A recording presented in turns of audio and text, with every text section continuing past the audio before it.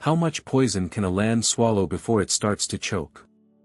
Anna Volkova traced the crack in the parched earth with the toe of her worn boot. It ran like a dead nerve across the Kazakh steppe, pointing toward the metallic heart of the beast that was bleeding it dry, the AethelCorp rare earth mineral processing plant, a geometric scar of sterile gray against the endless, aching ochre of the horizon. The air tasted of dust and chemicals, a flavor she had come to associate with powerlessness. In the holographic glare of the prefabricated site office, the face of the local operations manager, a man named Beck, was a mask of placid indifference. Anna, we've been over this. The seismic activity is within acceptable parameters. The water table reports are inconclusive. Inconclusive? Anna's voice was low, rough-edged like the rocks she'd spent her life navigating. The well at Axhar ran dry yesterday. The one my grandfather dug with his own hands. The fish in the Sir Daria are turning up with their bellies to the sky. Tell me, Mr. Beck, what level of conclusive do you require? When the earth splits open and swallows your facility whole. Beck offered a thin, corporate smile. AethelCorp is committed to a harmonious coexistence with the local communities. Director Thorne himself sends his assurances. The name landed like a stone in the pit of her stomach. Julian Thorne. A man she had never met, but whose presence was felt in every plume of smoke from the plant stacks, in every tremor that shuddered through the ground. He was a ghost from London or New York, a king surveying his distant, disposable colony from a glass tower. Your director's assurances won't bring back our water, she said, her hands clenching into fists at her sides. Her left eye, a cheap cybernetic implant from a mining accident AethelCorp had dismissed as worker negligence a decade ago, gave a faint, blue twitch. It always did when the rage simmered too close to the surface. The meeting ended as it always did, with platitudes and veiled threats. She stepped back out into the oppressive heat, the sun a merciless hammer in the sky. Her younger brother, Russ Lynn, was waiting for her, leaning against their battered UAZ 469. His face was a thundercloud. Harmonious coexistence, he spat, his voice cracking with the fury of youth. They're killing this land, Anya. And you're in there asking them to do it more politely.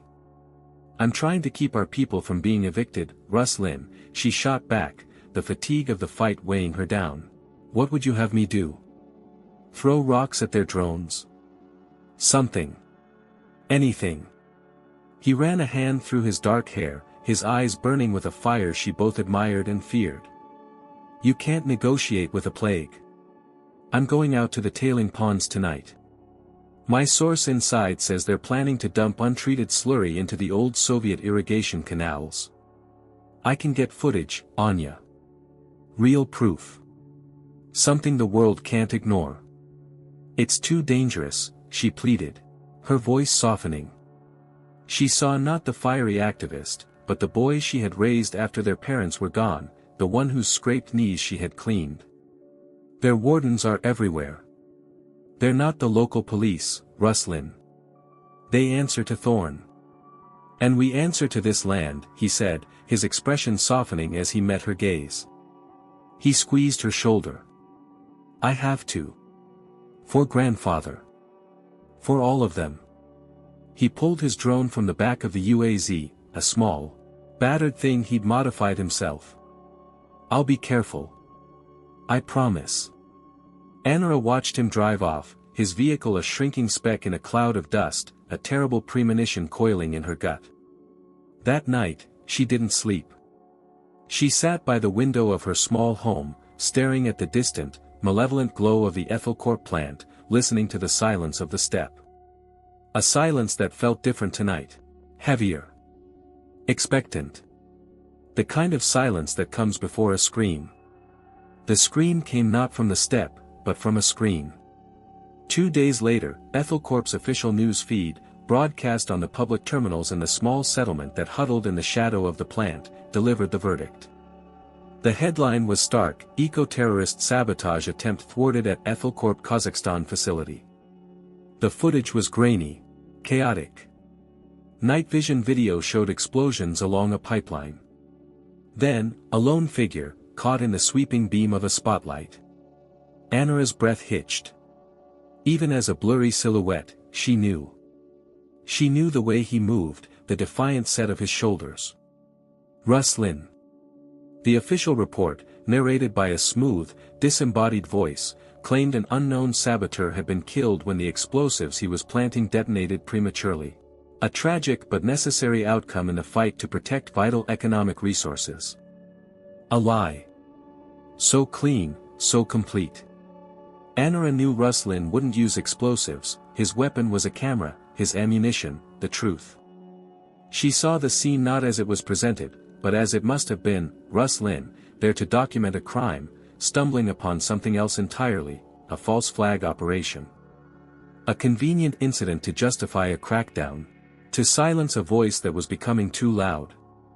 He wasn't a terrorist, he was a witness. And he had been eliminated.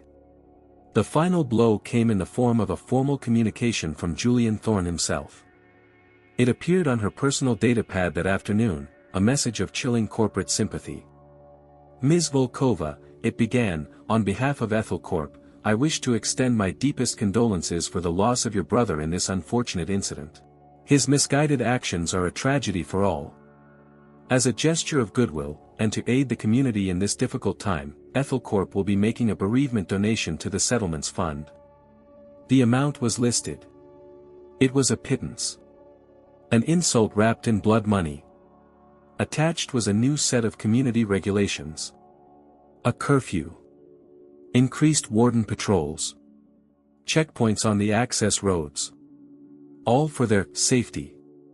Anara stared at the message until the words blurred. The world around her seemed to fall away, the sounds of the settlement fading into a dull roar. The grief was a physical thing, a crushing weight that stole the air from her lungs. It was a black, fathomless ocean, and she was drowning in it. She saw her brother's face, laughing as he tinkered with his drone. She heard his voice, full of fire and conviction. You can't negotiate with a plague. He was right. The grief did not recede. It changed. Over the next few hours, in the silent crucible of her small, dark home, the crushing sorrow began to cool, to harden. The ocean of despair froze over, becoming a solid, unyielding sheet of ice. Beneath it, something else was born. A cold, silent, and absolute fury. A purpose. She looked at her hands, scarred from a life of labor and a decade-old corporate betrayal. She looked at the cheap cybernetic eye that was a constant reminder of their callousness.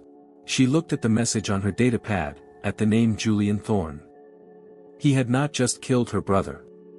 He had erased him, rewritten him as a villain, and then sent a bill for the funeral. He had taken everything. A single, dry sob escaped her lips.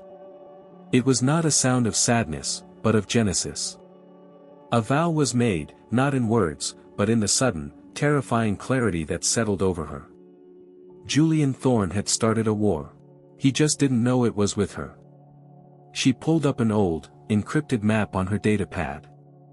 A map not of AethelCorp's modern infrastructure, but of the land beneath it. A map of old Soviet-era survey tunnels, abandoned mineshafts, forgotten irrigation canals, and hidden water sources. A map of the land's secrets. Her grandfather, an old geologist, had taught her to read it, to see the world beneath the world. It was a knowledge AethelCorp, with all its satellites and sensors, did not possess. Her grief was the fuel. This map was the weapon. The first person she went to was Silas. He lived alone in a small yurt 2 hours out into the steppe, a man who had intentionally marooned himself from the world. He had once been a warden for AethelCorp, before a disagreement had left him with a crippling limp and a severance package that barely covered the cost of his silence. He was a ghost, haunted by the things he had seen, the orders he had followed. She found him cleaning a vintage rifle, his movements slow and deliberate. His face was a roadmap of hardship, his eyes pale and weary. They killed my brother, Silas, Anara said, her voice flat, devoid of the emotion that raged within her. Silas didn't look up from his work. They kill lots of things. It's what they do.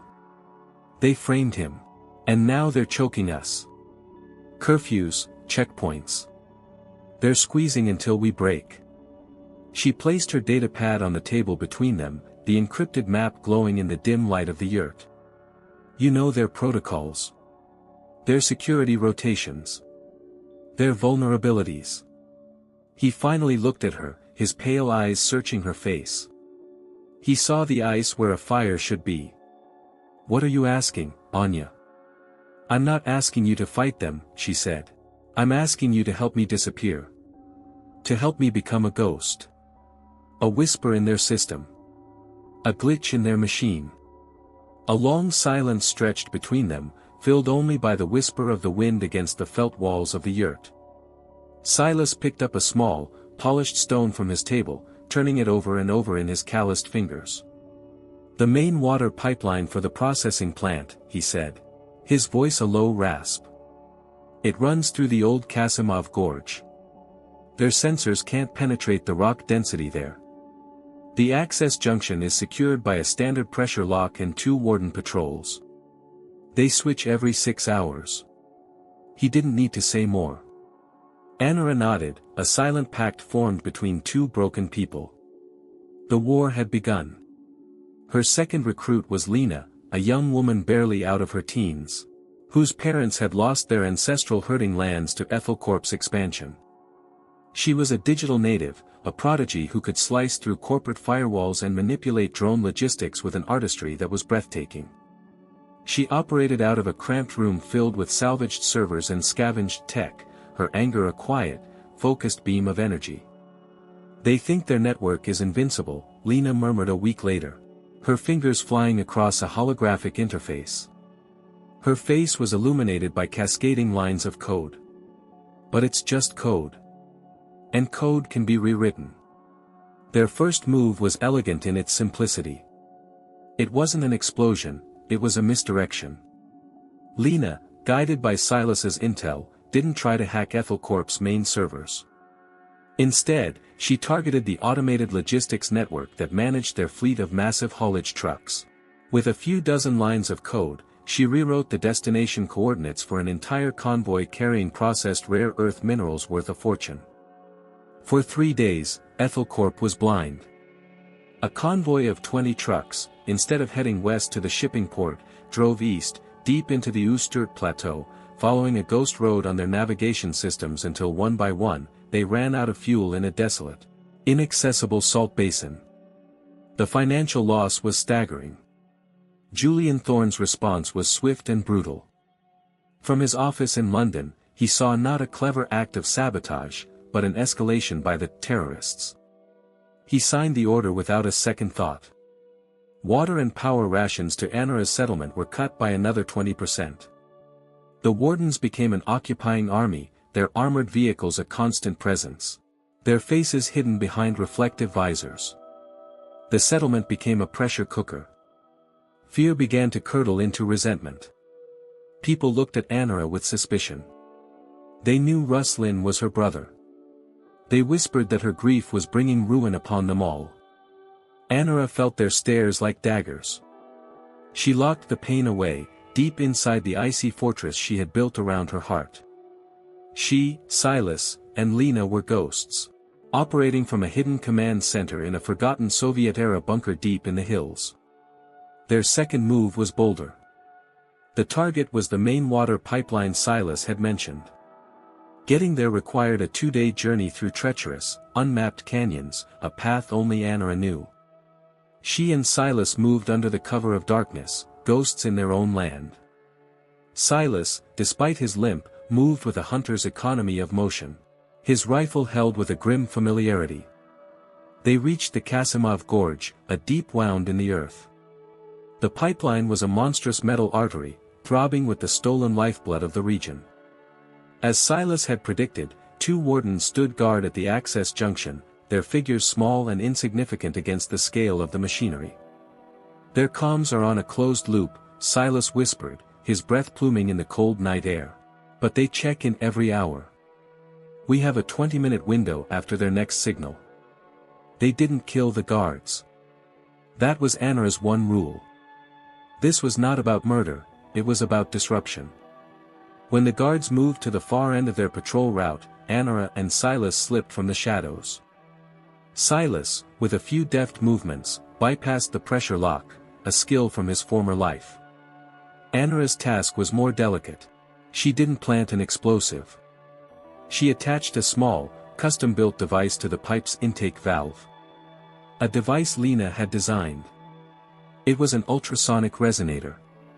Harmless on its own, but when activated, it would emit a specific frequency. A frequency that would attract and accelerate the growth of a unique, hardy bacteria found only in the region's deep, saline aquifers, bacteria that were highly corrosive to the specific metal alloy used in the pipeline's filters. It wouldn't cause an explosion. It would cause a slow, creeping, and catastrophic decay from within. It would poison the water feeding the plant, clog their systems, and force a shutdown that could last for months. A sickness, not a wound. They slipped away as silently as they came. 2 days later, alarms began screaming inside the AethelCorp plant. The water pressure fluctuated wildly. Contaminant warnings flashed red across every screen. The entire facility was forced into an emergency shutdown. The cost to AethelCorp was astronomical. Thorne was incandescent with rage. He could no longer dismiss the events as random acts of terrorism. This was coordinated. Intelligent. He tripled the warden patrols and, through Beck, issued an ultimatum to the settlement: deliver the saboteurs, or AethelCorp would begin permanent evictions. The pressure cooker was about to explode. An old village elder, a man who had known Anara since she was a child, came to her home. His face was a mask of sorrow and fear. "Anya," he pleaded. "People are frightened. They say you are inviting a storm that will destroy us all. They are talking of giving you up to save their families." Anara looked into his tired eyes. The betrayal stung, but she understood it. Fear was a powerful motivator. "I am not the storm," she said. Her voice quiet but unyielding. "I am the rock the storm is breaking against. Give me time." But she knew time was running out. She was losing the support of her own people. Her war of ghosts was working on the machines, but it was failing the humans she was trying to protect. She needed a final move. Something that would not just cripple the machine, but decapitate the beast itself. Lena provided the opportunity. Her face was pale with excitement when she contacted Anara on their encrypted channel. "I'm in," she whispered. "I piggybacked the maintenance signal from the pipeline shutdown. I'm inside their executive travel network. And I found him, Anya." She brought up a file. A flight plan. A high-level security protocol. Julian Thorne was coming. He was making a personal trip to inspect the damage, to oversee the security overhaul, and to make an example of the rebellious locals. He would be at the main processing plant, the heart of the entire operation, in 3 days. It was an insane risk. A fortress. But it was also her only chance. To face the ghost from London. To end it. "Silas," Anara's voice was steady over the comm, "how do we get inside the heart of the beast?" There was a pause. "There's a way," Silas's voice crackled back. "Not a way in. A way under. The old drainage conduits from the original Soviet mine. They decommissioned them, but they didn't seal them all. They run directly beneath the plant's central control building. It's a tomb. No one has been down there in 50 years. Anara looked at the map on her screen, at the glowing schematic of the plant, and the faint, forgotten lines of the conduits below. A tomb. It was perfect. The descent into the old Soviet conduits was a journey into the stale, forgotten breath of a dead empire. The air was thick with the smell of rust and decay, so cold it felt like swallowing needles. Anara led the way, a single beam from her headlamp cutting through the oppressive darkness. Silas followed, his limp more pronounced on the uneven, debris-strewn floor, but his movements were sure. His rifle held ready. Lena remained at their hidden bunker, their eyes and ears in the digital world. Thorne's convoy arrived an hour ago, Lena's voice whispered through their earpieces, tinny and distant. He's in the main administration tower, top floor. You have maybe 4 hours before he moves to the plant floor for inspection. The conduits were a labyrinth. Corroded ladders led down into deeper, narrower tunnels. Water, black and oily, dripped from the ceilings, a constant, maddening rhythm in the silence.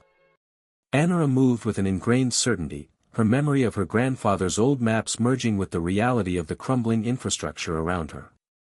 This was her land, even here, in its forgotten guts. After 2 hours, they found it.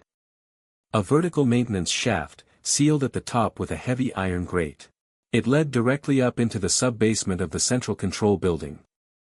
They won't have a sensor on this, Silas rasped, studying the grate. It's pre-digital. Analog. Just dead weight. Cutting through it was loud, brutal work.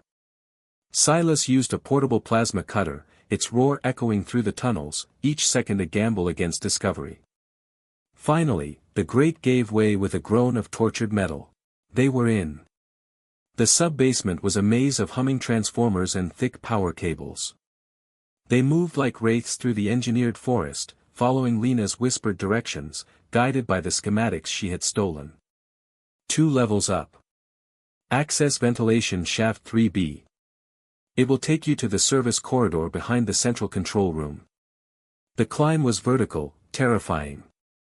The shaft was narrow, slick with condensation. Every movement echoed, magnified. Anara wedged herself between 2 conduits, her muscles screaming, her breath held tight in her chest. Below her, Silas was a dark, laboring shape. Through it all, the image of Ruslin's face, smiling, defiant, burned in her mind. It wasn't just grief anymore, it was a promise.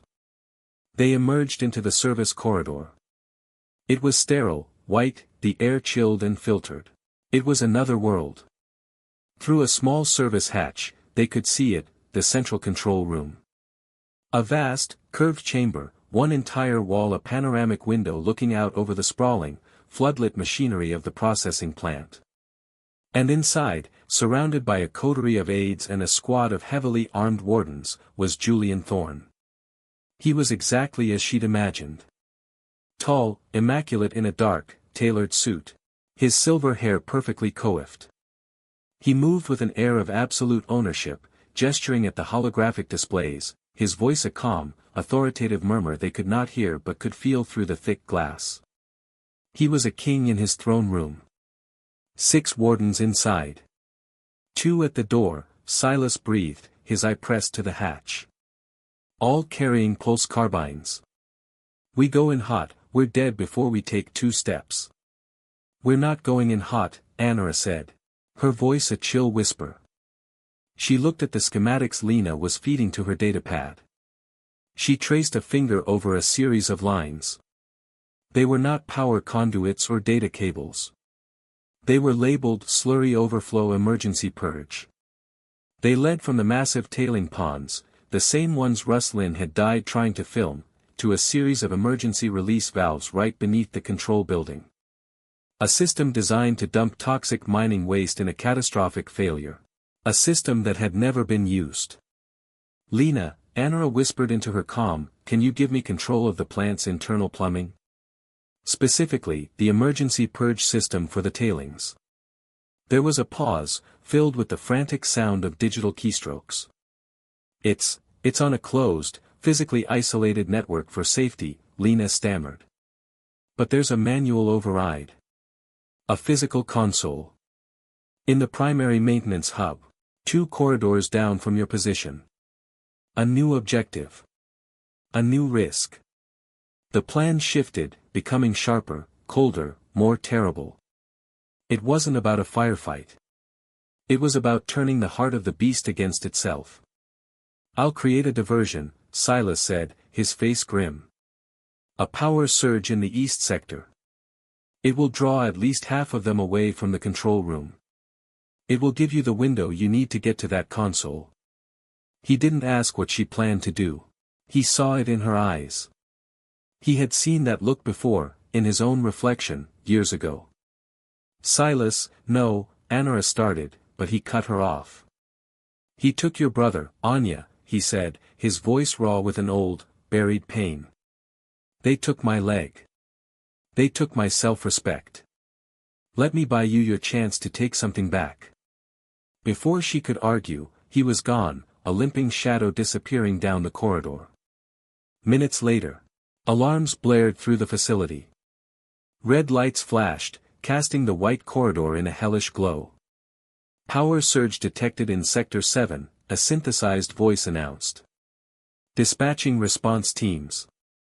Through the hatch, Anara saw the effect. 4 of the 6 wardens inside the control room moved out with disciplined urgency, joining the 2 from the door. Only 2 remained with Thorn, who looked more annoyed than alarmed. It was her chance. She slipped out of the service corridor and ran, her soft-soled boots making no sound on the polished floor. She found the maintenance hub, a small room filled with humming consoles. The manual override for the purge system was there, a heavy, dust-covered lever under a sealed plastic case. She shattered the case with the butt of her pistol. I'm at the console, Lena, she whispered. I see it, Lena's voice replied, tight with tension. The system is live. Anya, what are you doing? Rewriting the story, Anara said. She didn't pull the lever. Not yet. She returned to the control room corridor. The diversion was over, the wardens were returning. She had to act now. She took a deep breath, holstered her pistol, and stepped out into the open. Mr. Thorne, she called, her voice ringing with an authority that made the wardens hesitate. Julian Thorne turned. He saw her, a lone woman in worn fatigues, face smudged with grime, a wild, chilling calm in her eyes. He didn't recognize her, but he recognized the defiance. He gave a small, dismissive nod to his guards. They moved to intercept her. And that's when Silas enacted the second part of his diversion. From across corridor, he opened fire, not at the wardens, but at the ceiling's fire suppression system. Thick, white foam erupted, filling the corridor with blinding, disorienting chaos. In that split second of confusion, Anara moved. She wasn't running at Thorne. She was running at the control room's emergency lockdown panel next to the door. She slammed her hand on it. A heavy plasteel blast door slammed down, sealing the control room. Sealing her inside with Julian Thorne and his 2 remaining guards. The warden stared in shock at the sealed door. Thorne spun around, his professional calm finally shattering into disbelief and a flicker of fear. His 2 guards raised their carbines. Anara didn't draw her weapon. She simply walked toward the room's main console, her cheap cybernetic eye flickering, a frantic blue pulse in the clinical white light. Get her. Thorne snarled. One of the guards lunged. Anara moved with a speed he didn't anticipate. A fluid motion learned from a life of navigating treacherous terrain. She sidestepped, grabbed his extended arm, and used his own momentum to slam him into the console. The second guard fired, but the shot went wide, shattering a display screen. Anara dropped low, grabbed a heavy metal fire extinguisher from the wall and brought it up in a brutal arc, catching him squarely in the chest. He went down, gasping. Now, it was just her and Thorne. He stared at her, his face a mixture of fury and confusion. Who are you? He demanded. You killed my brother, Anara said, her voice quiet, yet it filled the vast, silent room. His name was Ruslan Volkov. You called him a terrorist. Recognition dawned in Thorne's eyes, followed by a cold, arrogant dismissal. Ah. The grieving sister. You think this temper tantrum will accomplish anything? You are sealed in here with me. My forces will cut through that door in minutes. You're right, Anara said, tapping commands into the master console. They will. She activated the room's broadcast system, patching the internal cameras to an outgoing signal. A signal Lena was now blasting across every public and private channel in the region, piggybacking AethelCorp's own powerful network. But they won't be in time to save you. On the panoramic window behind Thorn, a new schematic appeared. The plumbing for the emergency slurry purge. An arrow blinked, showing the flow. Another command, and a live camera feed appeared in the corner of the screen, showing a massive, groaning valve beginning to turn deep beneath their feet. "What is this?" Thorn asked, his voice losing its edge of command. "This is justice," Anara said, her gaze locked on his. "You built this empire on the poison you fed our land. You controlled our water, our air. You measured our lives and profit margins." The schematic showed the toxic slurry, a thick, black sludge, beginning to flow into the pipes that led directly into the control room's foundation. On the main screen, people across the region were now watching. They saw the face of Julian Thorn, the untouchable director, trapped in the heart of his own machine. They saw the calm, vengeful face of the woman who had trapped him there. "You can't do this," Thorn whispered, the fear now naked in his eyes. He looked at the blast door, then back at Anara. He was a master of a world of contracts and boardrooms. Here, in this sealed room, his power was meaningless. "I can," Anara said. "You thirsted for everything we had. Now drown in it." She hit the final command. With a deep, shuddering groan that vibrated through the floor, the emergency vents in the room's ceiling snapped open. A thick, black, viscous liquid began to pour into the sealed chamber. It wasn't a flood, it was a slow, inexorable rise. The smell was vile, a chemical stench that choked the air. Thorn backed away, stumbling against the panoramic window as the toxic sludge began to pool around his expensive shoes. He beat on the glass, his composure gone, his face a mask of primal terror. The world outside could see him, but they couldn't help him. Anara stood by the console, watching him, her face unreadable. Her cybernetic eye had stopped flickering. It was a steady, cold blue. She wasn't taking a life. She was balancing a scale. The feed was live. The whole world was watching the king drown in his own filth. The sound of his frantic, terrified pounding on the glass was the only sound in the room, soon to be silenced by the rising tide of his own creation. This was not a quick death. It was a reckoning. It was her brother's eulogy, written in poison and broadcast to the heavens. The black sludge reached Thorn's knees. Anara turned her back on him and walked toward a small, reinforced maintenance hatch in the floor she had unlocked from the console. Her part in this was over. As she opened it, ready for her own escape into the conduits below, the last thing she heard was not Thorn's scream, but the sound of the slurry, a thick, gurgling whisper, claiming what was its own. The escape was a fever dream. The alarms, the rising sludge, the shouts of the wardens outside the sealed door, it all faded into a distant roar. Anara dropped into the conduits, sealing the hatch above her just as the sludge began to seep through its edges. She found Silas in the corridor where she'd left him, leaning against a wall, bleeding from a pulse wound in his shoulder, but alive. "Did you?" he started, his voice weak. "It's done," she said, pulling his arm over her shoulder and half carrying him toward their escape route. They made their way back through the tomb of tunnels, the sounds of the dying facility echoing behind them. They emerged into the cold desert night just as the first of the major explosions rocked the AethelCorp plant. A chain reaction. The purge system's failure had destabilized the core reactor. Helios Prime, Thorn's crown jewel, was tearing itself apart. A new, violent star bloomed on the horizon, a funeral pyre for an emperor of industry. The aftermath was chaos. Thorn's death, broadcast live, was a scandal that AethelCorp could not contain or spin. The footage of their director drowning in the toxic waste he had been illegally storing was undeniable. Global investigations were launched. Stock prices plummeted. The company's entire Central Asian operation was suspended indefinitely, its assets frozen. In the power vacuum, the settlement was free.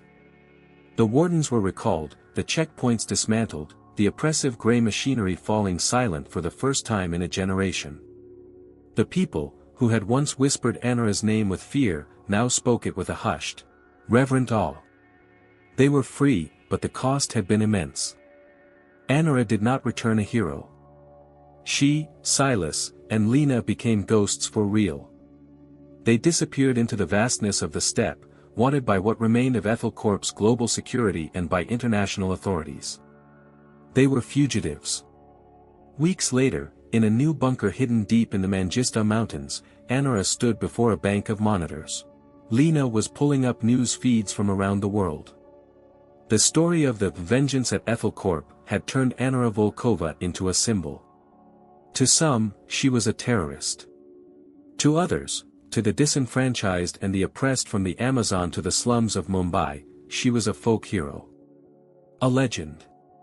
Silas, his arm now properly bandaged and healing, sat cleaning his rifle, just as he had been when she first found him. He seemed quieter now, the weariness in his eyes replaced by a sliver of peace. Anura looked at her own reflection in a dark screen. The woman staring back was a stranger. The ice in her heart had not thawed. The revenge was complete, the scales balanced, but the hole left by Ruslin's death remained. She had won.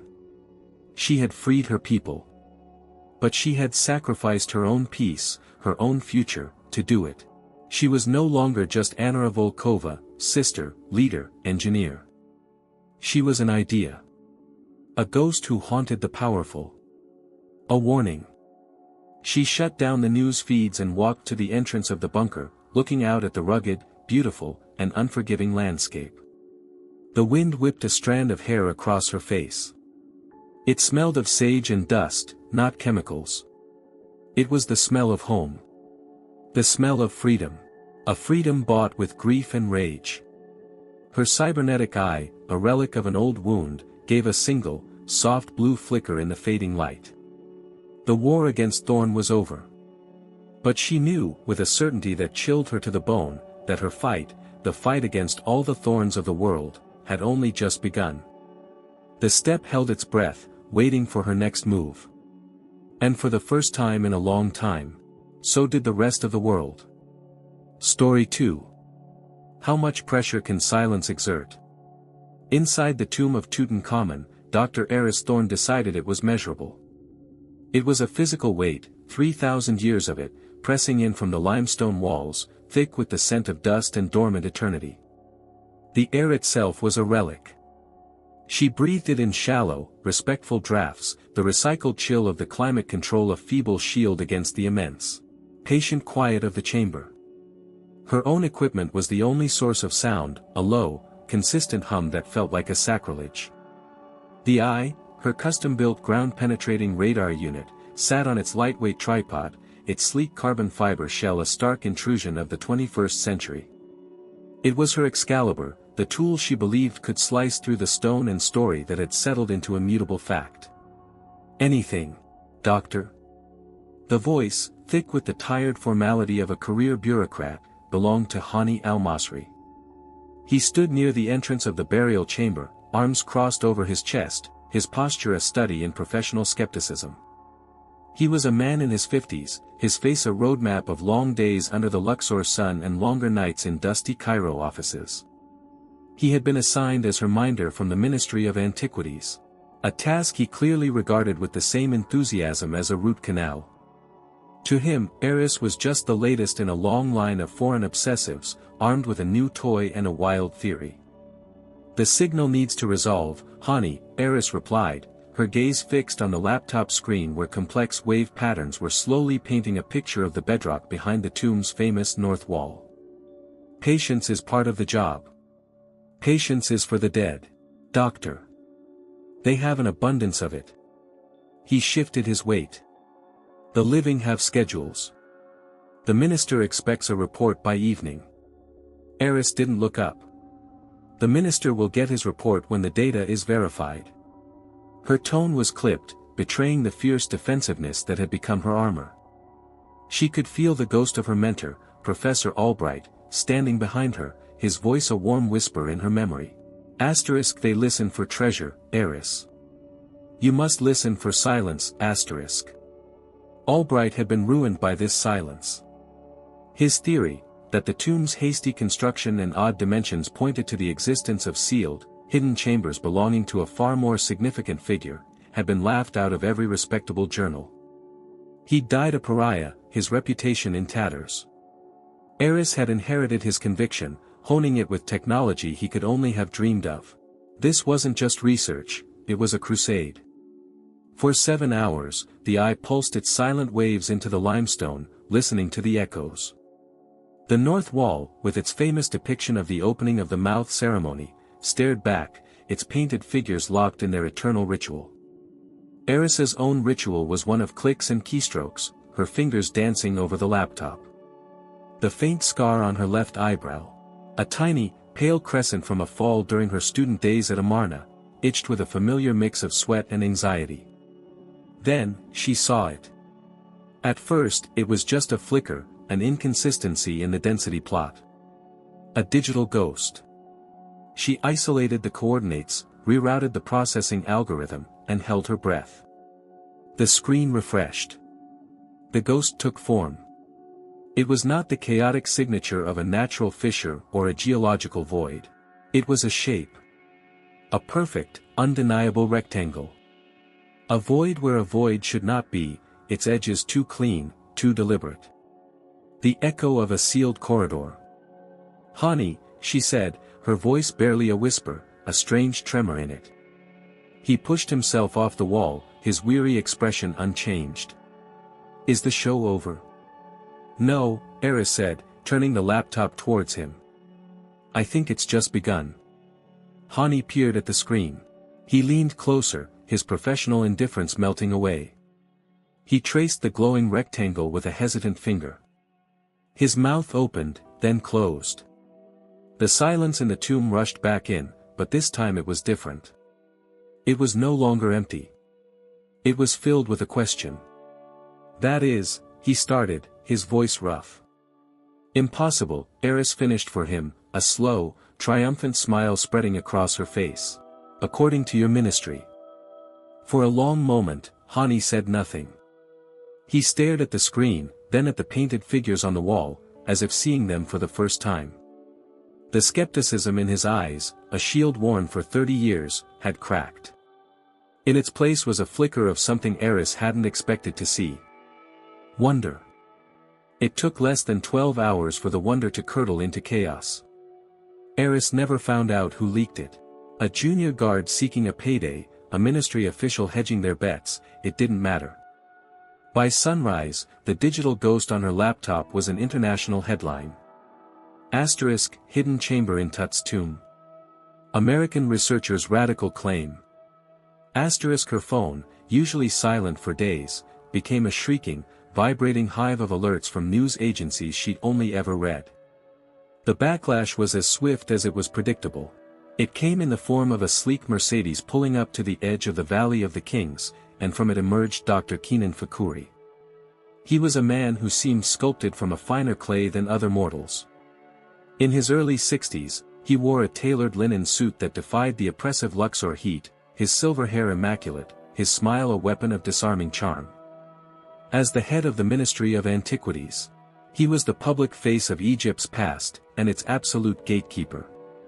He greeted the assembled press with practiced ease before striding toward the entrance of KV-62, his expression one of paternal concern. He found Eris and Hani in the antechamber, the air thick with tension. "Dr. Thorne," Fakhouri began, his voice smooth as polished granite. "You have caused quite a stir." "I have presented data, Dr. Fakhouri," Eris countered, her chin up. "The stir is a reaction to the data." "Ah, data." He waved a dismissive hand. "So easily misinterpreted. I have had my top geologists review your preliminary findings. They concur. It is a natural formation. A karst fissure, common in the Theban necropolis. An interesting anomaly, but nothing more. The edges are geometrically perfect," Eris shot back. "Karst fissures are not rectangular. Nature. My dear doctor, has a surprising affinity for geometry when viewed through the lens of wishful thinking. He gave her a condescending smile. He then turned his attention to Hani, his tone shifting. "Hani, I trust you have this situation under control. A formal report refuting these claims will be required by noon." Before Hani could respond, Fakuri turned back to Eris, his voice dropping to a confidential murmur that was more menacing than any shout. "Your permit was for a preliminary, non-invasive survey. It did not include a license to incite a global media frenzy based on amateur speculation. It is, of course, under immediate review. I suggest you enjoy your last few days in Luxor." With that, he was gone, leaving a wake of chilled air and unspoken threats. He held a press conference at the valley's entrance 30 minutes later, his charismatic performance calming the storm he accused Eris of creating. He was magnificent. He was terrifying. That evening, Hani found Eris in the cramped, dusty office allotted to visiting researchers, staring at a wall of topographical maps. "He is going to bury it," Eris said without looking at him. "He will revoke my permit, issue a refutation, and in a week, this will be just another piece of fringe trivia on the internet." Hani was silent for a moment. He poured 2 small glasses of hot, sweet tea from a thermos he'd brought. He pushed one toward her. "He is not burying data, Doctor. He is protecting a story. The story of Egypt. It is a very old, very valuable story. It does not like to be changed. Truth shouldn't be a story. In my country," Hani said, taking a sip of his tea, "everything is a story. That is how we have survived. Dr. Fakuri is not a scientist. He is our chief storyteller. And he does not approve of your edit." Eris finally turned to face him, her eyes burning with frustration. "So that's it? He just waves his hand and 3,000 years of history stay buried because it's inconvenient?" Hani looked into his tea, then back at her. A decision had been made in that quiet moment. The official archives in Luxor are a mess. Things get misplaced. Carter's original excavation diaries, for example. The handwritten ones, not the official, typed reports that were sent to Cairo. They are kept in the lower vault. Access is restricted. He paused, taking another slow sip. "I have a key to that vault. I am required to do a routine inventory check tomorrow morning. It is a very boring, very dusty job.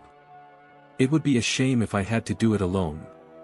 A fragile, unspoken alliance was forged in that dusty room. Over lukewarm tea. It wasn't about friendship. It was about a shared offense. Fakuri hadn't just insulted Eris's science, he had insulted Hani's history by assuming it was his alone to control. The lower vault was a tomb in itself, smelling of decaying paper and time. Metal shelves groaned under the weight of leather-bound ledgers and cardboard boxes tied with faded string. Hani, working with a quiet efficiency, located the crate marked KV62, Field Notes. Inside, nestled amongst yellowed photographs, were the diaries. Eris handled them with a reverence she usually reserved for pharaonic artifacts. She turned the brittle pages, her fingers tracing Howard Carter's looping, cursive script. For hours, she cross-referenced his daily entries with the official published reports. Most of it matched. But then, in a log dated just days after the burial chamber was first breached, she found it.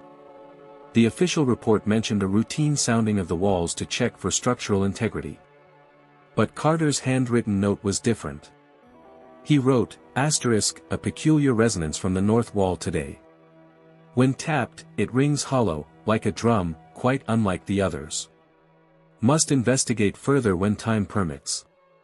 **. That follow-up investigation never happened. The note, the observation, it was omitted from the official version sent to Fakuri's predecessors in Cairo. It was a small detail, a whisper, but it was enough. It was corroboration from history itself. They returned to the surface, blinking in the harsh sunlight, the diary entry safely photographed on Eris's phone. A small victory.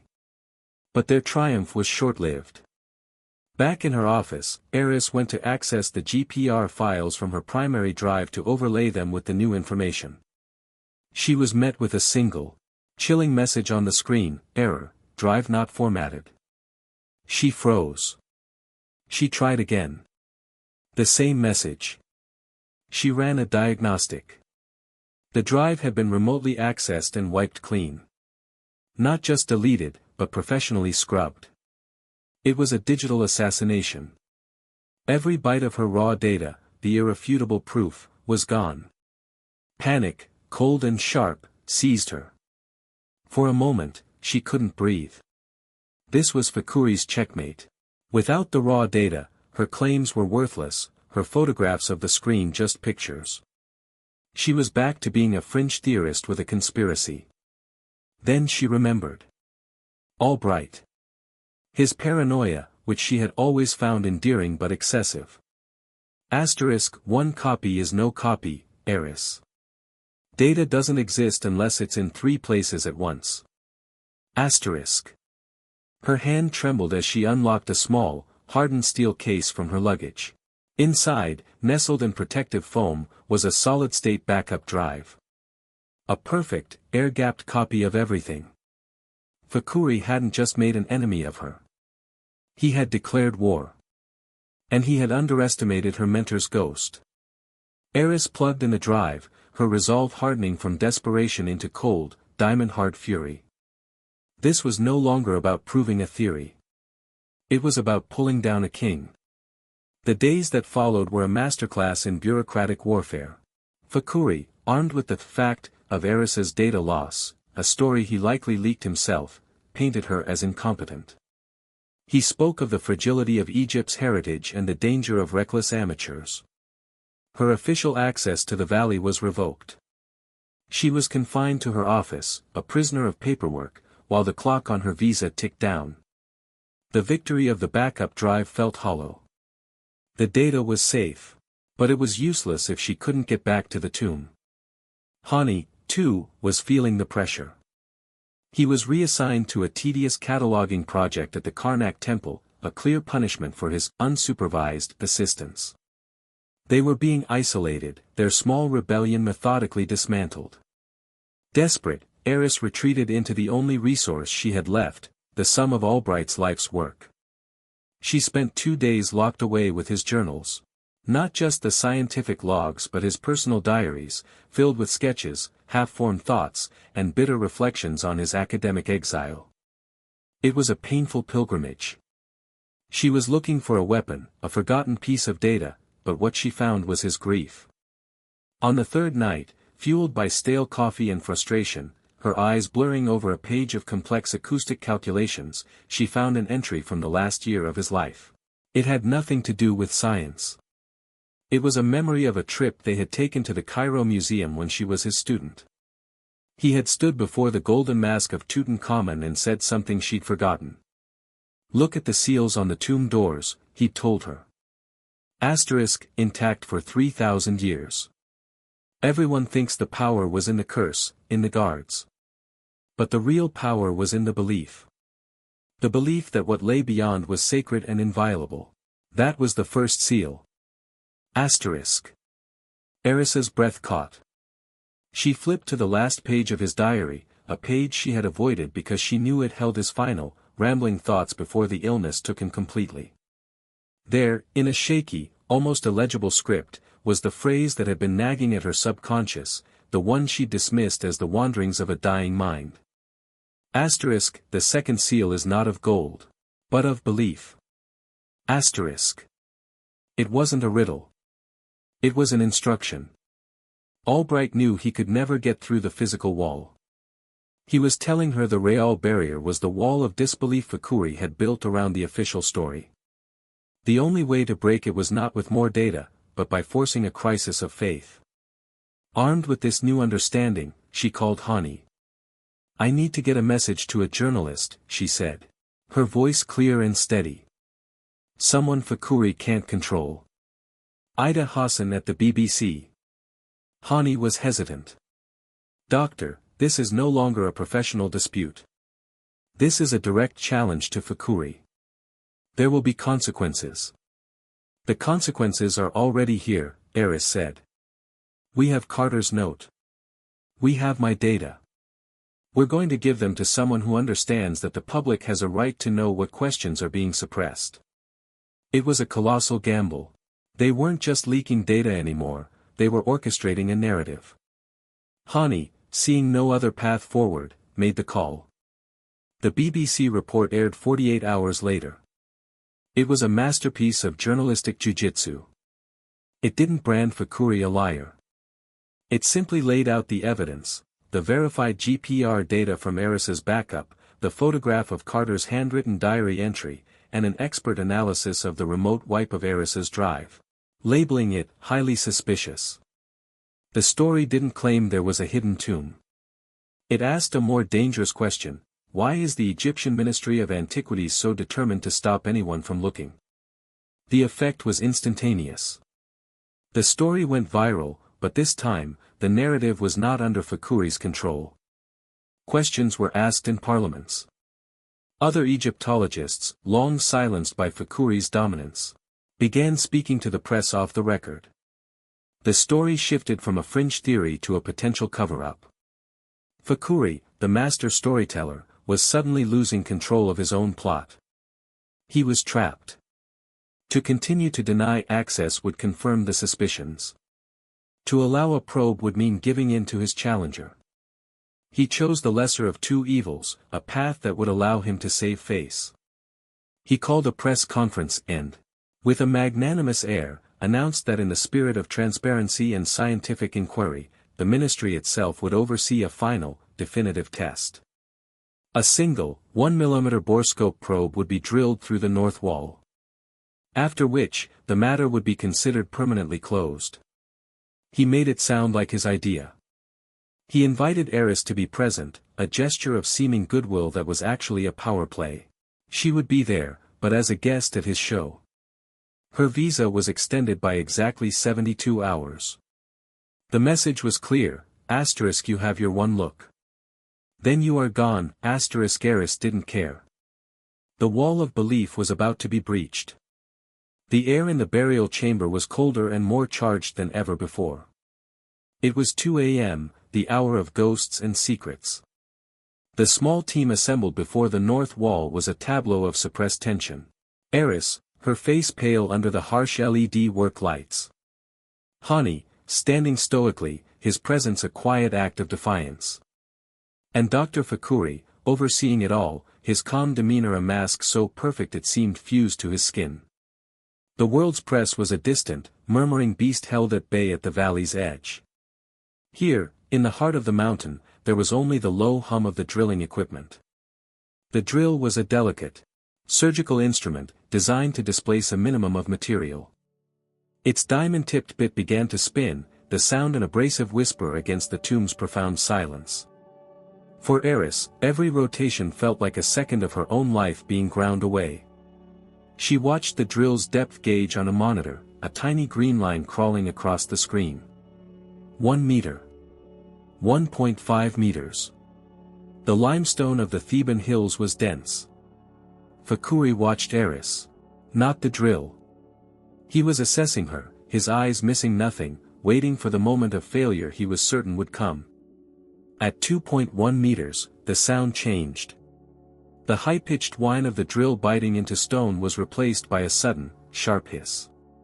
"We're through," the technician breathed. A collective, held breath. A wave of air, stale and dead for 33 centuries, washed over them, carrying a scent of dry dust and something else. Something organic and faint, like withered flowers. It was the tomb's first exhalation. The silence that followed was absolute. "The probe," Eris said, her voice tight. The technician nodded, carefully retracting the drill bit and feeding a hair-thin fiber-optic camera into the 1 mm hole. Eris's laptop screen, connected to the probe, flickered. At first, there was only darkness, a swirling void. She adjusted the gain on the camera's small LED light source. The darkness gave way to an image. Disappointment hit like a physical blow. The room was small. Tiny, perhaps 3 meters square. The walls were bare, rough-hewn limestone, with no trace of paint or plaster. There were no stacks of golden shrines, no alabaster canopic jars, no sentinel statues. There was only dust, thick and undisturbed, covering the floor in a soft, gray blanket. Fakuri allowed himself a small, controlled smile. He had one. He stepped forward, ready to deliver the final, dismissive verdict. As I suspected. A natural chamber. An unfinished storage room at best. Of no historical significance. Wait, Eris commanded, her eyes glued to the screen. She was panning the camera slowly, her hand steady on the joystick despite the violent hammering in her chest. Pan left. The camera swiveled. It moved past the bare walls, across the dusty floor, and then it found it. In the center of the small room sat a single object. A rectangular sarcophagus. It was not gilded wood or polished quartzite. It was simple, unadorned limestone, its surface plain and undecorated. A humble coffin, stark and solitary. A gasp escaped Hani's lips. It wasn't a treasure, but it was impossible. No one was buried like this in the Valley of the Kings. Continue panning, Hani whispered, his gaze intense. The walls. Look at the walls. Eris obeyed, her fingers numb. She traced the wall next to the sarcophagus with the camera's small pool of light. The stone was rough, but then, for a brief second, the light caught a splash of faded color. Red ochre and black carbon. There. Stop. Zoom in, Hani said. His voice cracking with an emotion Eris couldn't identify, awe, fear, reverence. Eris manipulated the controls. The image on the screen magnified, pixelated, then refocused. It was a painting. Faint, eroded by time, but unmistakable. A single, vertical column of hieroglyphs, contained within an oval loop. A cartouche. Fakuri froze. The mask of calm finally shattered, his face a canvas of disbelief. He knew as well as they did what that oval meant. Royalty. Hani leaned so close to the screen his breath fogged a small patch of it. He read the symbols aloud, his voice a disbelieving whisper that echoed through the burial chamber, bridging 3 millennia. Asterisk Neferneferuaten, asterisk. The name hung in the air, a name of queens and ghosts, a name that had been a footnote in history books. The name of the phantom pharaoh who had ruled in the twilight of the Amarna age. Fakuri found his voice. A harsh, strangled sound. This is a state discovery. All data, all images are now the property of the Ministry of Antiquities. He moved toward Eris's laptop, his intent clear. Your work here is concluded, Doctor. You will leave the valley immediately. But Eris just looked at him, a strange calm settling over her. She had already activated the secure, encrypted stream to a server outside his reach. The ghost was out of the tomb. He could no longer bury the silence. He could only try to shout over it. The weeks that followed were a blur of managed chaos.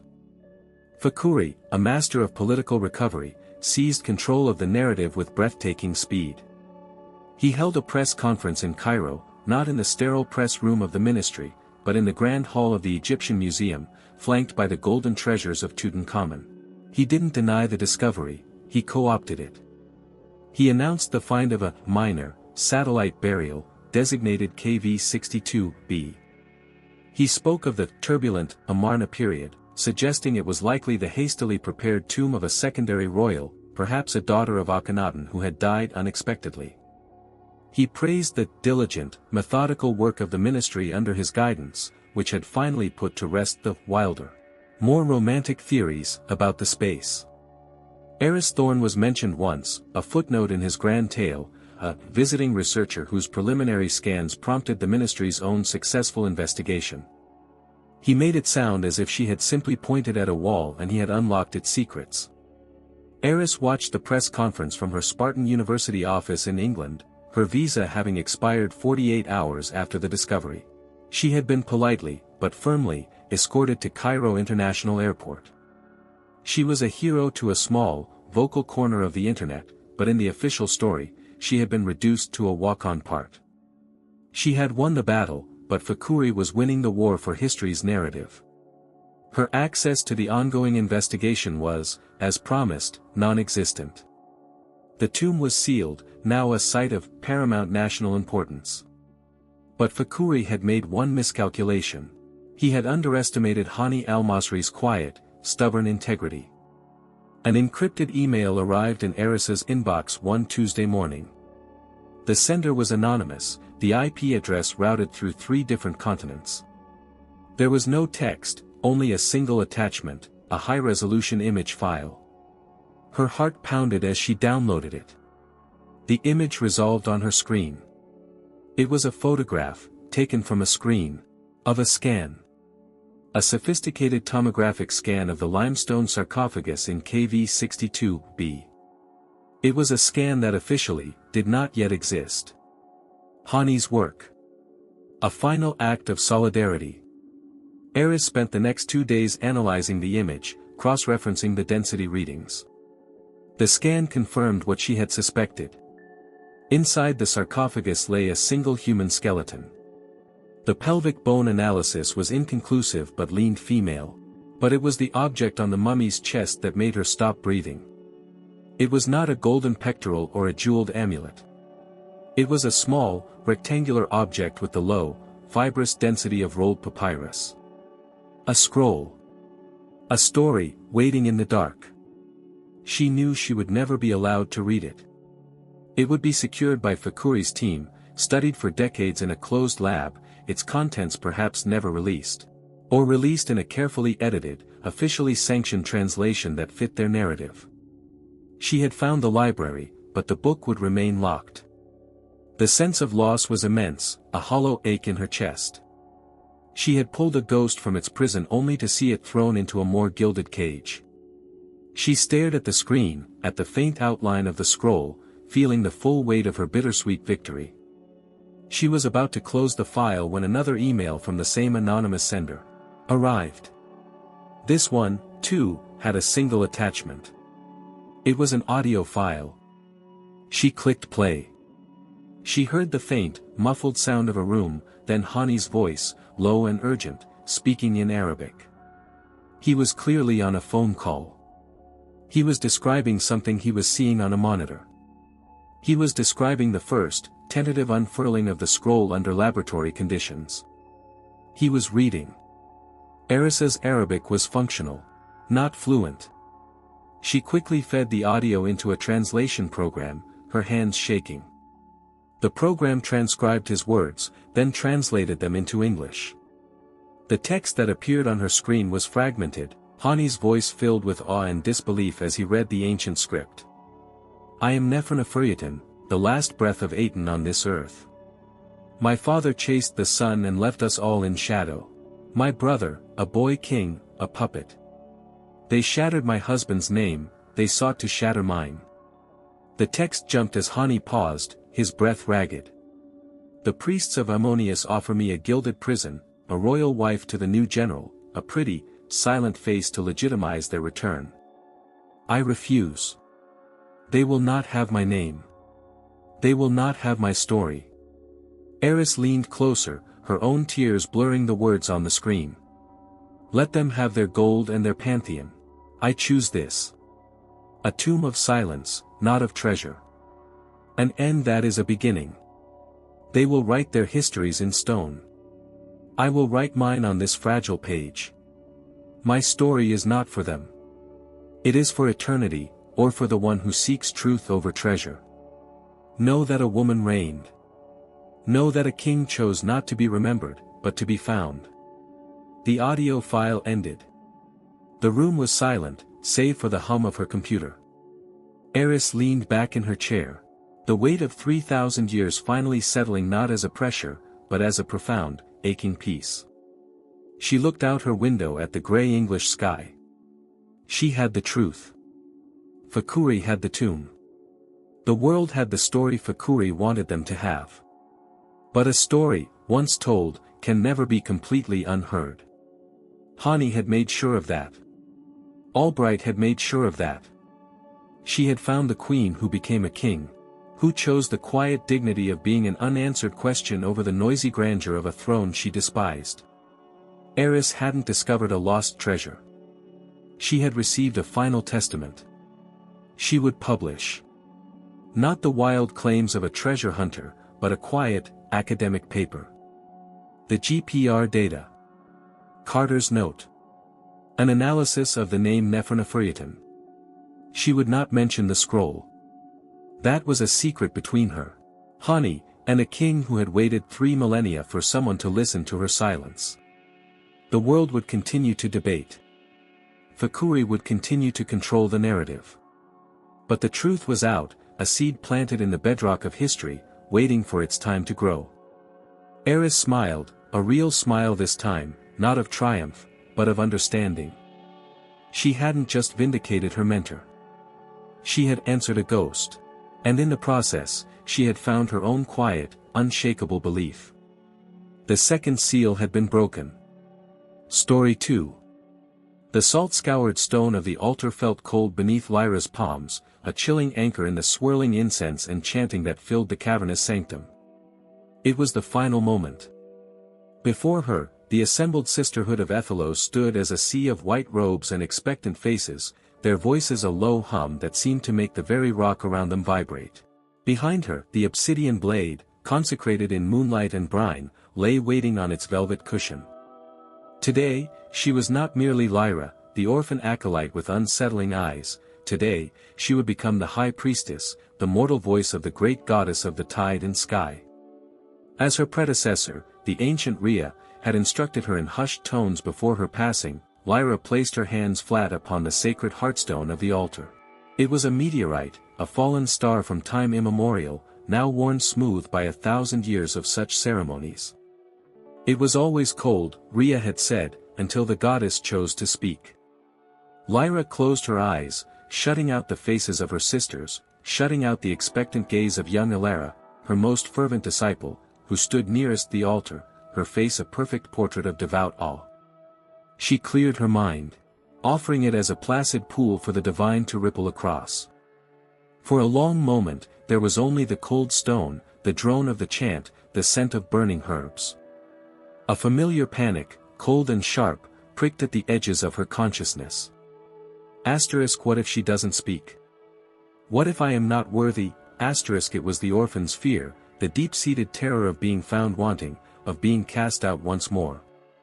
She pushed it down, deep into the recesses of her soul where she kept all her unwanted things. She was not that child anymore. She was the chosen. Then, it came. Not a voice, but a vision, crashing into her mind with the force of a tidal wave. She saw not the gentle lapping of the Aegean against their island's shores, but a roiling, chaotic sea. The sky above was not the familiar cerulean of a Greek noon, but a bruised purple, torn asunder by a bolt of impossible light.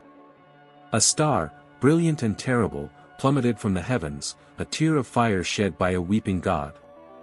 It struck the dark water, and the vision shattered, leaving behind a single, resonant whisper that echoed in the hollows of her skull, the darkness swallows the light. Become the flame, Lyra gasped, her eyes flying open. The stone beneath her hands was no longer cold. A faint, pulsing warmth emanated from it, a secret heartbeat only she could feel. She lifted her head, her gaze sweeping over the silent sisterhood. Her voice, when it came, was not her own. It was stronger, imbued with a certainty that silenced every doubt in the chamber. The goddess has spoken, she declared, her call echoing off the damp cavern walls. She has shown me a world drowning in the wars of men. She has shown me a sky weeping for its lost light. She paused, letting the weight of her words settle. And she has shown me our purpose. She turned and lifted the obsidian blade. It felt light in her hand, a sliver of solidified night. For generations, we have guarded our faith on this sacred isle, a flicker of truth in a world of lies. But the goddess now demands more. She commands us not to hide our light, but to carry it into the darkness.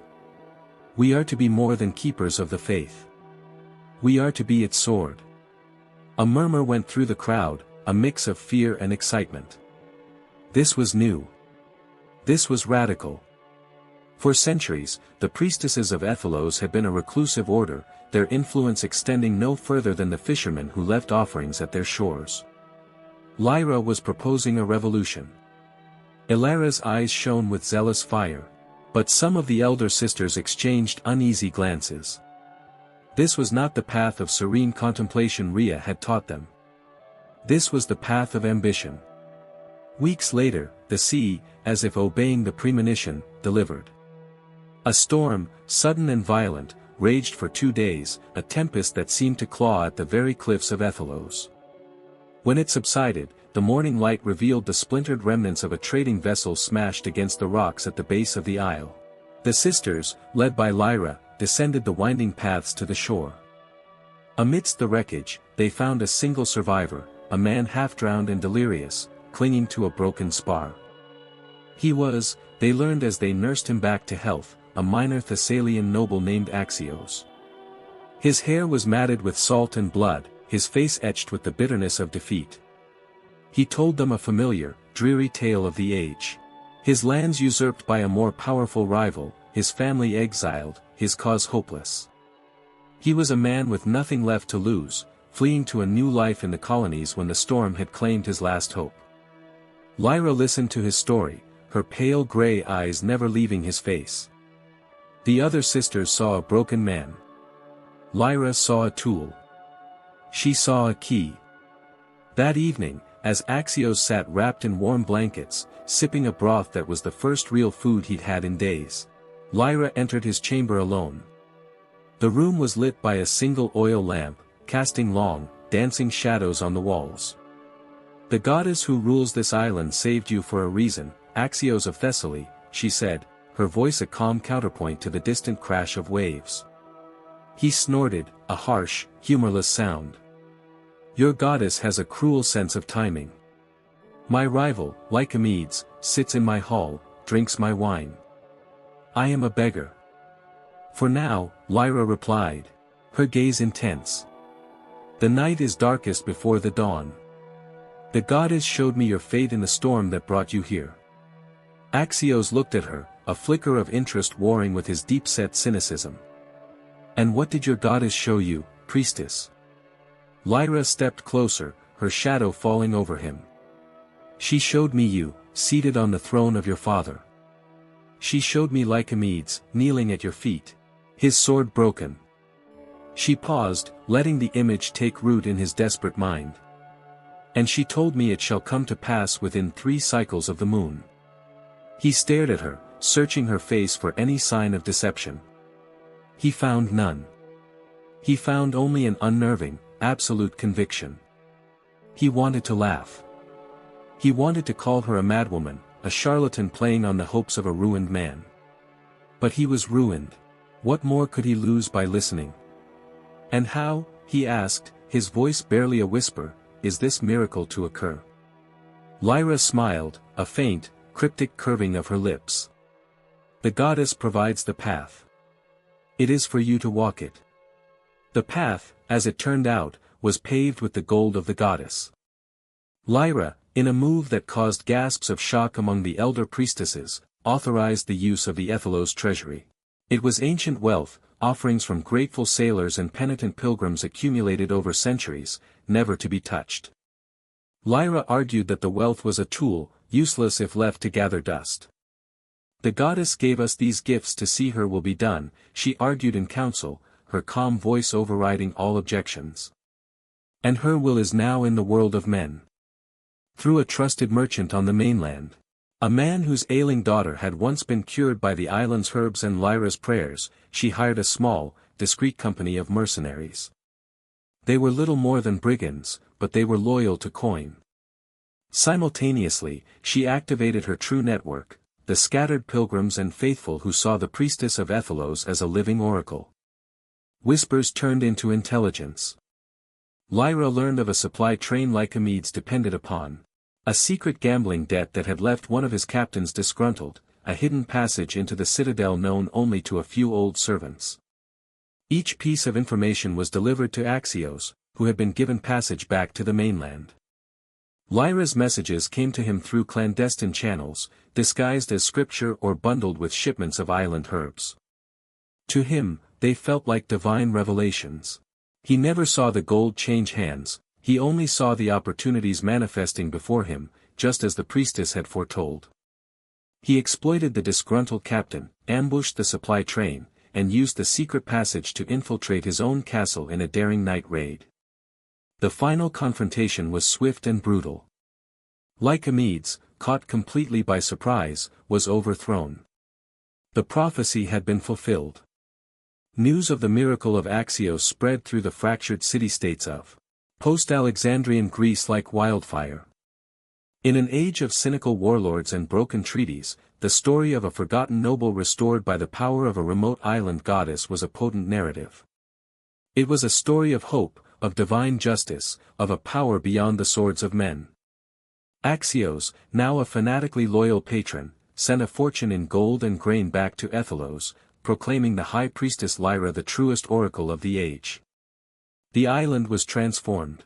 What was once a sleepy, isolated sanctuary became a hub of activity. Boats arrived daily, bearing not just fishermen, but wealthy merchants, anxious politicians, and troubled nobles, all seeking an audience with Lyra.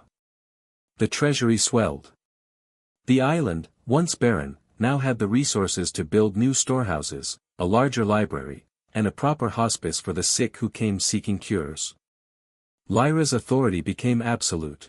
The whispers of the elder sisters faded into silence, replaced by the awed reverence of a new generation of acolytes who saw Lyra not just as a leader, but as the embodiment of the goddess's will. Elara was chief among them. Her faith in Lyra was boundless. "You see," she would say to anyone who would listen, her young face radiant. "The goddess is with us. Lyra is her voice, and she is leading us into a new age." Lyra managed her growing influence with the skill of a master strategist. Her prophecies were masterpieces of ambiguity, yet always contained a kernel of practical, well-researched advice. To a merchant worried about a risky voyage, she might speak of a favorable wind from the south, should the cargo be lightened of its heaviest burdens, a poetic way of passing on intelligence about pirates near a specific trade route. To a diplomat negotiating a treaty, she would foretell a serpent in the olive grove, a warning about a treacherous clause in the text. She became a broker of information, cloaked in the divine. But such influence could not grow without notice.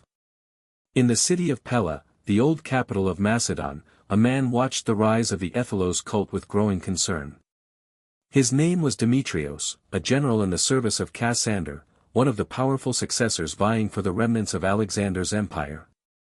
Demetrios was a man forged in the brutal pragmatism of a dozen campaigns. He had seen firsthand how Alexander's dream had curdled into a nightmare of petty ambition. He believed in order, in the strength of the phalanx, in the clear logic of supply lines and siege engines. He did not believe in miracles. "This woman," he said to his council, slapping a scroll down on the map table, "is a sickness. She peddles hope to the desperate and whispers poison into the ears of the ambitious. Faith is a private matter. When it starts drawing maps and moving armies, it becomes sedition." His advisors were cautious.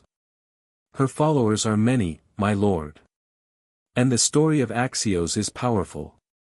To move against her openly would be seen as blasphemy."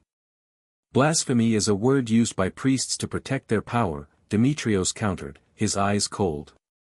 He pointed to the small speck on the map that represented Aethelos. "She has wealth. She has influence. That makes her a political entity. And I will not have an unchecked power growing in my flank, answering to no one but a whispering goddess in a cave." He dispatched his most cunning agent, a man named Cleon, to travel to Aethelos disguised as a penitent noble, a man haunted by his deeds in the wars, seeking solace.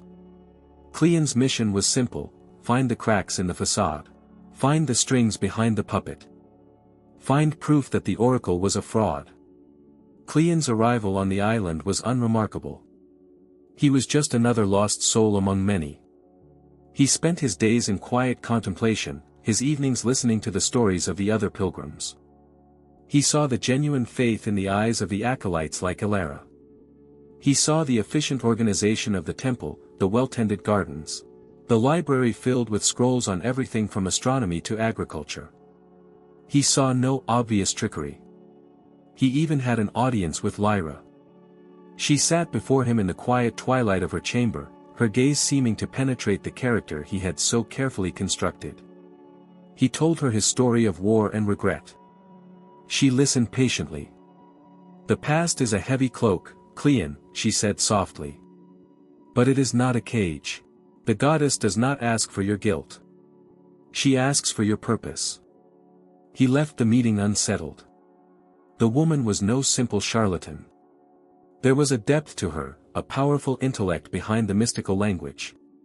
But Demetrios's words echoed in his mind. Everyone has a weakness. Everyone serves a master, be it a god, a king, or their own ambition. Cleon knew he simply hadn't found hers yet. He decided to turn his attention to the weakest link in any chain of faith. The newest converts. He started talking to the sisters who had joined after Lyra's rise, and especially to the one whose faith burned brightest of all, Elara. Elara was an open book, her heart filled with a devotion so pure it was almost painful to behold. Cleon, in his guise as the weary nobleman, found it easy to engage her in conversation. He spoke of his admiration for the high priestess, for the clarity and strength she had brought to the world. "She is more than a priestess," Elara would confide, her eyes shining. "She is a conduit. The goddess flows through her. I was there when the heartstone warmed beneath her hands. I saw the light in her eyes." Cleon listened, nodding sympathetically, gently probing. It must be a great burden, to carry the voice of a goddess. Does she ever doubt? The question startled Elara. Doubt? Lyra? Never. Her faith is the rock upon which this island is built. But a flicker of something unsettled crossed her face. A shadow so fleeting Cleon almost missed it. He had found a thread. He pressed gently. "I only ask because even the strongest mortal must feel the weight of such responsibility. To guide so many, to shape the fate of cities, sometimes the line between the goddess's will and one's own desires must blur." The memory surfaced in Elara's mind, unbidden. It was a few months prior. A delegation from the city of Mytilene had come, seeking Lyra's guidance on a trade dispute with Rhodes. Lyra had gone into a trance, delivering a prophecy that favored Mytilene, speaking of Rhodes's greed souring the sea. Later, Elara had been tidying Lyra's chambers and had found a discarded scroll, hidden beneath a pile of star charts. It was a detailed report from a merchant in Lyra's network, outlining Rhodes's naval weaknesses and the secret political divisions within its senate. The prophecy hadn't been a vision from the gods, it had been a brilliantly rephrased intelligence briefing. When Elara had confronted Lyra, her voice trembling, Lyra had been calm, almost cold. "The goddess gives us knowledge in many forms, Elara. Sometimes in a vision, sometimes in the words of a loyal servant. Does the source of the river change the nature of its water? Our purpose is to guide them. The method is secondary." Elara had accepted the explanation, because she needed to. But the seed of unease had been planted. Cleon's question now watered that seed. "The methods are wise," Elara said to Cleon, her voice losing some of its earlier fire. "Lyra says we are the hands of the goddess. We must build the path for her will to be done." It was all Cleon needed. He spent the next few weeks observing. Not the miracles, but the infrastructure that supported them. He noted the coded messages arriving with supply ships, the quiet conversations Lyra had with certain sea captains, the extensive library that contained as much political gossip from the mainland as it did sacred hymns. The Oracle of Aethelos was not just a priestess, she was the most well-informed spymaster in the Aegean. He compiled his report. A damning account not of fraud, but of a sophisticated intelligence operation disguised as a religious cult. He detailed the flow of gold, the network of informants, the calculated ambiguity of the prophecies. He sealed the scroll and found a way to pass it to a fisherman loyal to Demetrios. Back in Pella, Demetrios read the report with a grim smile. So, the goddess whispers through a network of spies and merchants, he mused. I knew it. His victory, however, was incomplete. He had proof of method, but not a single, undeniable act of fraud that could sway the superstitious masses. He needed something more. He needed a confession. He needed to break one of the links in her chain. His eyes fell on the name of the merchant Lyra had used to hire the mercenaries for Axios. The man was a known sympathizer, living in a coastal town under Demetrios's control. It was time to apply pressure. Not the subtle pressure of a spy, but the crushing, unsubtle pressure of a Macedonian general. The merchant was arrested on trumped-up charges of treason. In the cold, damp cells beneath Demetrios's garrison, faced with the stark choice between loyalty to a distant priestess and the promise of a swift, painful death, the merchant broke. He told them everything, the gold, the mercenaries, the entire fabrication of the Axios prophecy. Demetrios now held the thunderbolt he needed. He had a witness. He had a confession. He had the truth. He assembled a small, loyal detachment of his personal guard, men loyal to him, not to any god, and boarded a trireme. He would not send an army to conquer Aethelcorp's, that would make him a tyrant and her a martyr. He would sail there as an arbiter of justice. He would arrive during the Feast of the Starfall, the island's most sacred festival, when pilgrims from all over the Hellenistic world would be present. He would confront her in her own temple, present his witness and his proof, and watch her divine authority crumble into dust. Lyra, meanwhile, felt the shift in the currents of power. A key informant in Demetrios's territory went silent. A premonition, or perhaps just a well-honed instinct for danger, prickled at her skin. She saw a vision of a wolf stalking a flock of sheep, not with a howl, but with a patient, silent cunning. She knew Demetrios was coming. She called Alara to her side. A great test is upon us, she said, her voice grave. The faithless are coming to this sacred shore. They seek to extinguish our flame with the winds of their doubt. We should bar the harbor. Call upon our allies. Alara urged, her eyes wide with fear. No, Lyra said, placing a hand on the younger woman's shoulder. Her touch was cool and steady. To hide is to show fear. And the goddess is never afraid. We will welcome them. We will let them speak their lies. For a great light is never brighter than when it is surrounded by darkness. And the goddess has already shown me how this night will end. She began her preparations. But they were not preparations for a debate or a defense. They were preparations for a spectacle. She consulted her oldest maps of the island, charts that detailed not just the coastline, but the geological instabilities of the cliffs. She met in secret with a handful of her most loyal and discreet sisters, the ones who understood that the work of a goddess sometimes required the hands of mortals. She was not preparing to answer Demetrios's truth. She was preparing to overwhelm it with a greater one. The air on Aethelcorp's during the Feast of the Starfall was thick with a strange mixture of piety and celebration. Hundreds of pilgrims thronged the pathways leading up to the sanctum, their voices a multilingual chorus of prayer and song. Torches lined the route, their flames dancing in the gentle sea breeze, casting flickering light upon faces filled with hope and reverence. Inside the great cavern, Lyra stood before the hearthstone, dressed in ceremonial robes of white interwoven with silver thread that seemed to capture and amplify the torchlight. She was the calm center of a joyous storm. The first sign of trouble was a subtle change in the rhythm of the waves, a sound only the island-born could detect. Then came the shout from the watchtower. A single warship, a Macedonian trireme, was making for their harbor, its bronze ram cleaving the water with grim purpose. It flew no pirate flag, but the standard of a general. Panic rippled through the pilgrim crowd. Lyra raised a hand, and a hush fell over the sanctum. "Do not be afraid," she called out, her voice resonating with an unearthly calm. "Tonight, the goddess tests our faith. Tonight, the world of men comes to our shores to question her power. Let them come. Let them speak.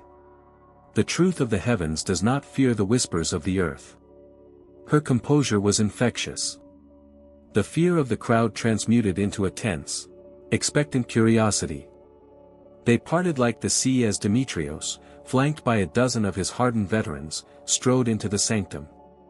His leather armor was plain, functional, a stark contrast to Lyra's ethereal robes. He stopped before the altar, his scarred face a mask of grim determination. He also brought with him the terrified merchant, whose chains rattled with every trembling step. High Priestess Lyra, Demetrios began. His voice a commander's bark, cutting through the sacred silence. I have not come to pray. I have come for justice. He turned to the crowd. For months, you have been swayed by the miracles of this woman. You have heard the tale of Axios, the noble restored to his throne by divine will. He shoved the merchant forward. This man will tell you the true source of that miracle. It was not a goddess. It was a bag of gold and a company of hired swords. The merchant, prodded by a guard, stammered out his confession. He spoke of the secret payments, the mercenaries, the plan to fabricate the prophecy. Every word was a stone cast into the placid pool of the crowd's faith. Murmurs erupted, turning from confused whispers to angry shouts. The faces that had looked at Lyra with adoration now filled with doubt and betrayal. Ilara, standing near the altar, went pale, her hands flying to her mouth. This was not a subtle intelligence report, this was a brutal, public accusation. Demetrios watched the chaos grow, a grim satisfaction in his eyes. He had broken her. He had exposed the lie at the heart of her power. He turned back to Lyra, expecting to see fear, shame, or desperation. He saw none of it. Lyra stood perfectly still, her expression one of profound, sorrowful pity. She did not look at him or the merchant. She looked up, at the open roof of the cavern through which the night sky was visible. When the merchant's confession trailed off into sobs, she finally spoke, her voice not loud, but carrying a weight that silenced the entire cavern. The words of a man broken by fear are as meaningless as dust in the wind, she said softly. She then looked directly at Demetrios. You have brought your earthly truth into this sacred place, General. You believe in what you can see, what you can touch. You believe in the strength of swords and the weakness of men. Your world is very small. She raised her arms. But there is a greater truth. A truth of tide and star and the patient anger of the gods. She closed her eyes. Oh, great goddess, she intoned, her voice rising in a powerful, ancient chant. You have seen this blasphemy. You have heard this sacrilege. Forgive this man, for he walks in darkness and does not know the light he insults. But if his crime cannot be borne, if his arrogance has trespassed upon the sacred laws, then show him. Show them all. As she spoke the final word, a low groaning sound began, a vibration that came not from the chanting, but from deep within the earth. It was the signal.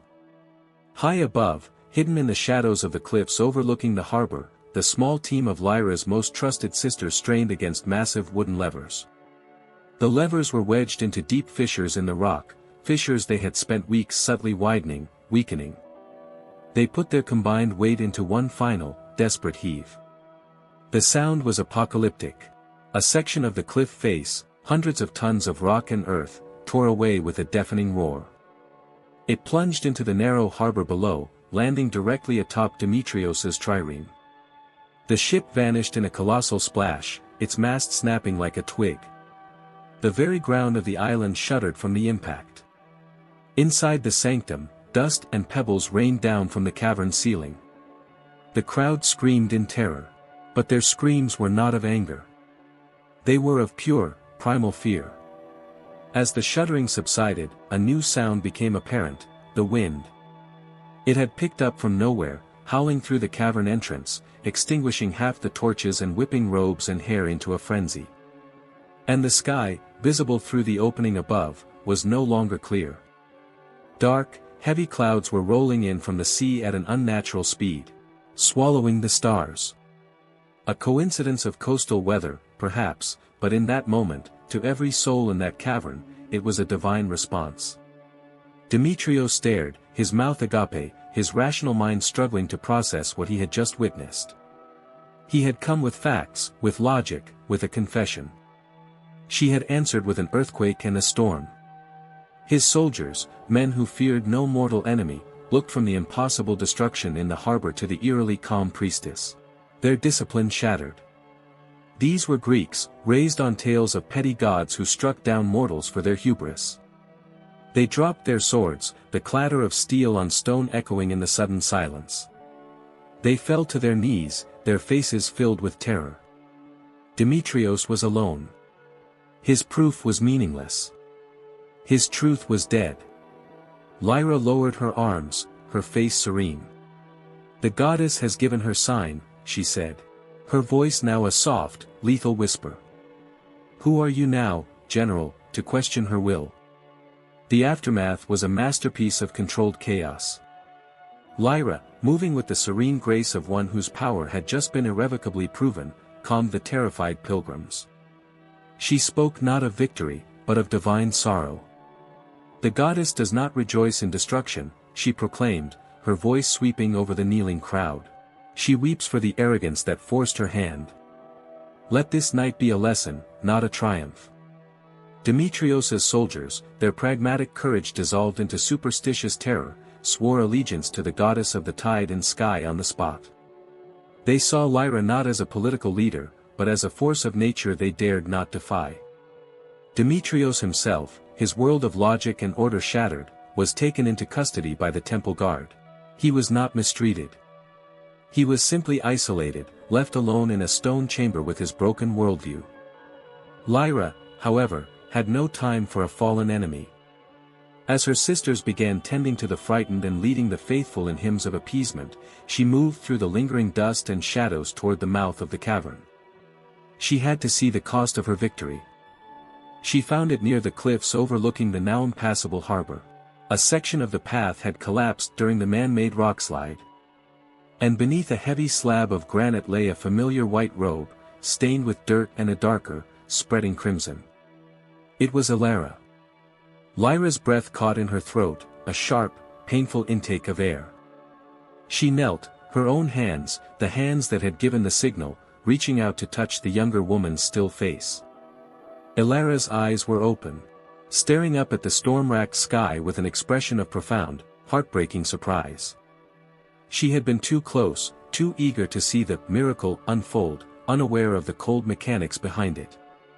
For a single, unguarded moment, the mask of the high priestess fell away. A wave of something raw and agonizing washed over Lyra. This was the price. This bright, pure, trusting soul. This was the sacrifice the goddess, or rather, Lyra's ambition, had truly demanded. The cold logic that had guided her, the belief that the means were justified by the end, suddenly felt like a hollow, bitter lie. The whispers of old Rhea echoed in her mind, when you look too long into the abyss of power, it also looks into you. But the moment passed. The abyss had looked, and Lyra, unflinching, had looked back. She could not afford grief. Grief was a weakness. Grief would betray the truth of the night's events. With an act of will that was more terrifying than the rockslide she had commanded, she sealed her own heart. She smoothed the hair from Lyra's face, closed her eyes, and composed her features into a mask of sacred sorrow. When the other sisters found her, they saw their high priestess kneeling over the body of her beloved disciple, a tragic portrait of loss. They saw tears on her cheeks, and they believed them to be tears of grief. They were not. They were tears of pure, cold fury, at the cost, at the necessity, at the world of men that had forced her to become this. "She is not gone," Lyra said, her voice thick with a new, potent emotion that the sisters mistook for sorrow. "She has been chosen." She stood at the precipice, a shield for the goddess against the blasphemers. She did not fall. She ascended. In the days that followed, the legend of the Feast of the Starfall grew with every telling. The story of the unholy general and his army, rebuked by the earth and sky themselves, became a myth whispered in every port in the Aegean. And the tale was always twinned with that of the martyrdom of Saint Alara, the pure-hearted acolyte who gave her life to protect her goddess. Her body found surrounded by a faint, otherworldly glow. Alara's death became Lyra's most powerful story yet. She had turned her greatest personal loss into her greatest political asset. Demetrios was never seen again.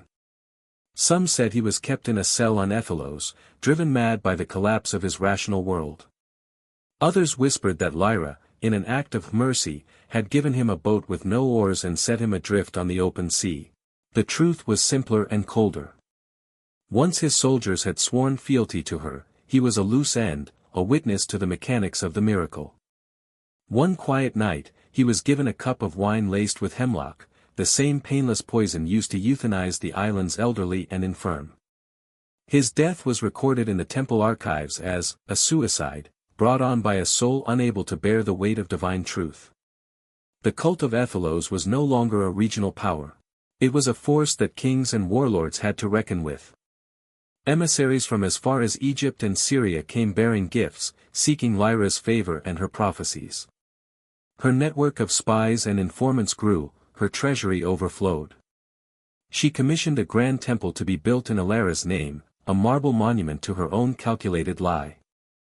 She ruled from its center, a spider in a web of faith and fear. Her public face was one of serene wisdom and divine connection. She was the oracle, the living saint, the conduit of the goddess. Her prophecies, now backed by immense wealth and a formidable intelligence network, were more accurate than ever. She guided the fates of nations from her island throne.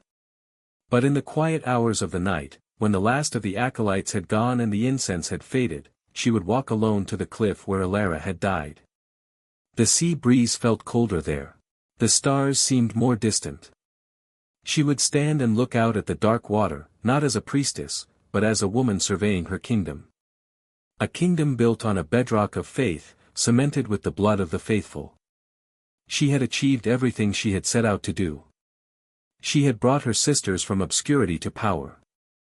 She had made her goddess a name to be feared and respected in the world of men. She had become the flame she had envisioned. But a flame consumes. It devours everything it touches to keep burning.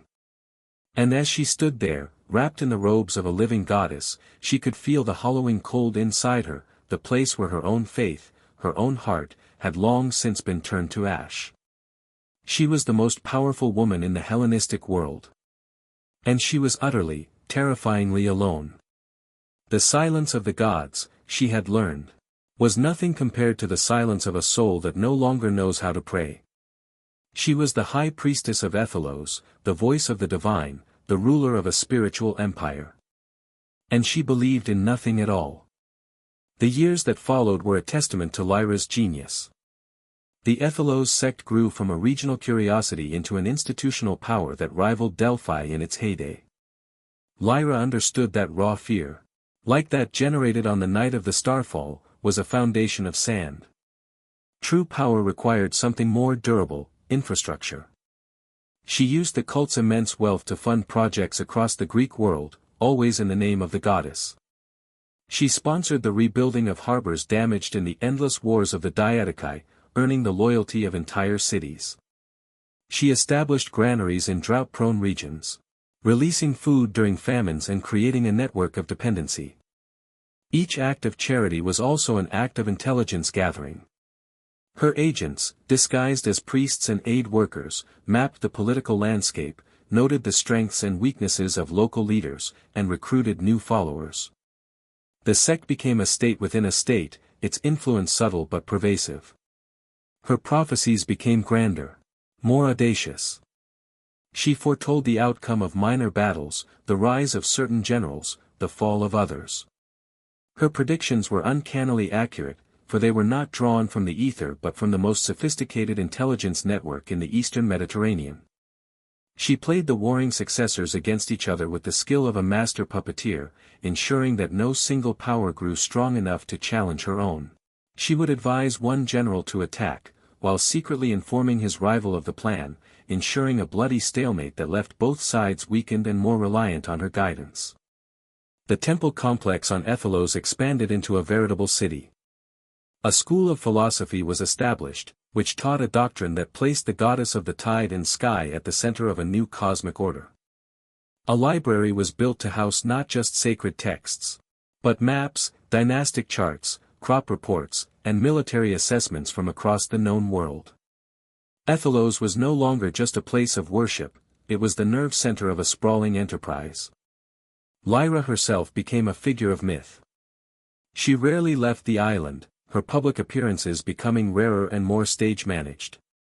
This only enhanced her mystique. To the outside world, she was ageless, inscrutable. A being who conversed with gods and moved the pieces on the great board of the world. Her pronouncements were delivered by envoys, her face seen only in idealized statues that were beginning to appear in the temples dedicated to her goddess on the mainland. But inside the marble walls of her sanctuary, a different reality was taking shape. The vibrant community of faith she had inherited from Rhea had been transformed.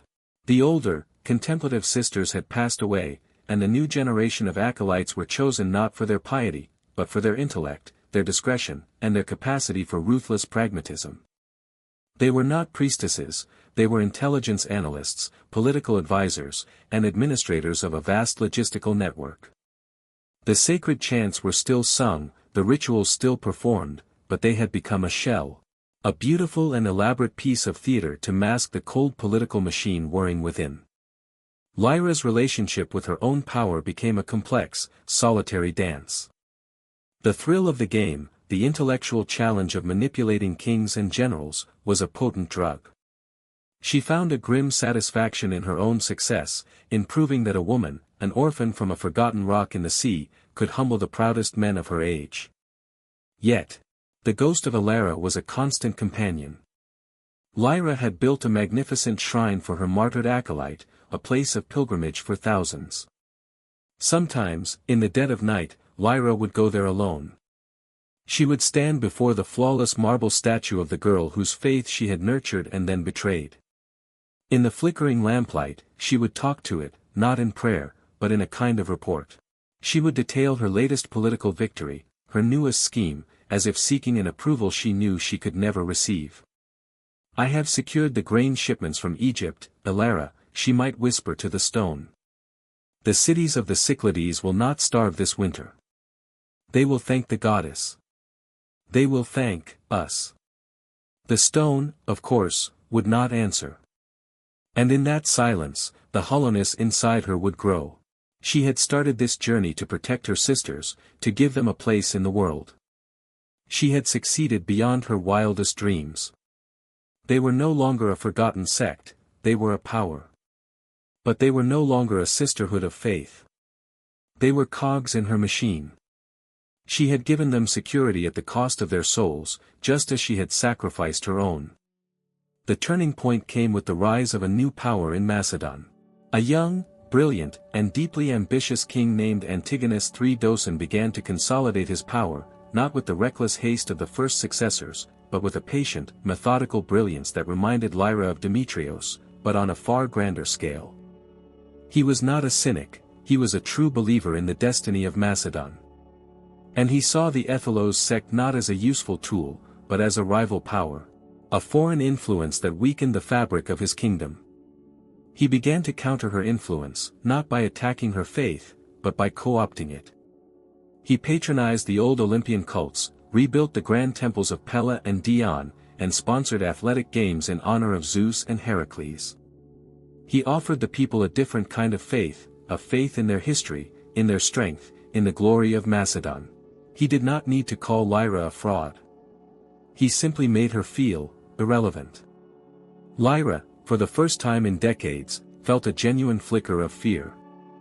This was an enemy she could not easily manipulate. He did not seek her prophecies. He did not need her wealth. He fought her not on the battlefield of politics, but in the hearts and minds of the people. Her intelligence network brought her a chilling piece of news. Antigonus was planning to restore the political power of the Amphictyonic League, a traditional council of Greek states, and use it to declare the Aethelos sect a tyrannical power that interfered with the autonomy of its members. It was a political masterstroke, using the language of Greek freedom to isolate and condemn her. Lyra knew she had to act, and act decisively. Her old methods of subtle manipulation would not work against a man like Antigonus. She needed another grand gesture. Another feast of the starfall. She needed to remind the world of the power of her goddess in a way no one could ignore. She scanned her assets, her network of allied rulers, her web of influence. Her eyes fell upon the Aetolian League, a belligerent confederation of city-states known for their fierce independence and their hatred of Macedonian dominance. They were a blunt instrument, but perhaps the only one strong enough for the task. She sent an envoy to the Aetolian leaders, bearing a prophecy. The eagle of the north, Antigonus, grows proud, the prophecy declared. He seeks to cage the free birds of Hellas. But the goddess has decreed that a flock of spears, the Aetolians, shall shatter his cage and feast upon his pride. It was a declaration of war, cloaked in divine sanction. The Aetolians, ever eager for a fight and now armed with a divine pretext and the promise of Aethel's gold, agreed. They launched a surprise invasion of Thessaly, a region under Antigonus's protection. Lyra had made her move. She had set the world on a path to war, believing she could control the outcome as she always had.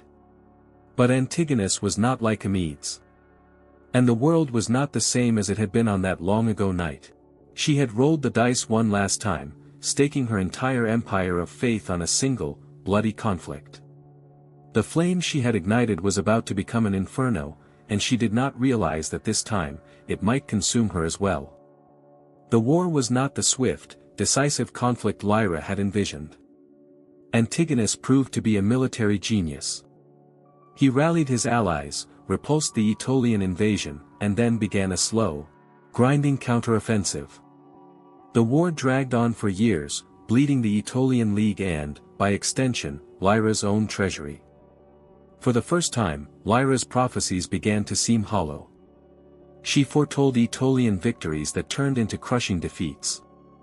She promised divine intervention that never came. The flow of pilgrims to Aethel's dwindled. The whispers of doubt, long silenced, began to resurface. Not just on the mainland, but within the walls of her own sanctuary. Her acolytes, the pragmatic administrators she had trained, began to see the war not as a holy crusade, but as a catastrophic miscalculation. The numbers on their ledgers told a story of dwindling resources and mounting losses that no amount of prayer could change. The pressure mounted on Lyra. The serene, all-knowing mask began to crack. She spent more and more time alone in the sanctum, staring at the cold, silent heartstone, willing it to give her a true vision, a real answer. But there was only silence.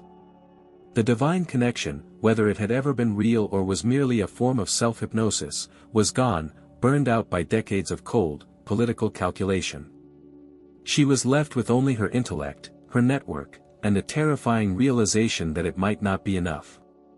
Antigonus, meanwhile, pressed his advantage. He knew the source of the Aetolian aggression. He captured several of their leaders and, under interrogation, they confessed to being incited by the priestess of Aethel's. Antigonus now had the casus belli he had long sought. He presented the evidence to the reconvened Amphictyonic Council. He painted Lyra not as a religious figure, but as a warmonger, a foreign power who had used gold and false prophecies to plunge Greece into a devastating war. The council, composed of states weary of conflict and resentful of Aethel's long shadow, voted to condemn her. They declared a sacred war, not against the goddess, but against the corrupt and tyrannical leadership of her cult. A fleet, far larger than any Demetrios had commanded, set sail for Aethel's. It was a pan-Hellenic force, united under the banner of liberating Greece from the island's influence. When the news reached Lyra, it was not through a vision, but through a frantic message from one of her last remaining spies. She went to the cliffs and saw it for herself, a forest of masts on the horizon, the sun glinting off the bronze rams of 100 warships. Her council of priestesses convened, their faces pale with fear. They urged her to surrender, to negotiate. "We cannot fight the whole of Greece," one cried. Lyra looked at their faces, the faces of the administrators and analysts she had created. They saw a strategic problem, a balance sheet that had tipped into the red. They did not see a test of faith. And in that moment, she realized her most profound failure. In teaching them to be like her, she had stripped them of the one weapon that might have saved them: true, irrational, world-altering belief. "Surrender," she said, her voice quiet, yet filled with a chilling finality. "This island has never surrendered. It will not begin today." She dismissed them and walked alone to the shrine of Elara. She stood before the marble statue, the perfect, serene face of the girl she had sacrificed. "You see, Elara," she whispered to the stone. "It was all for nothing. I built an empire of faith, and now I am left with no believers. Not even myself."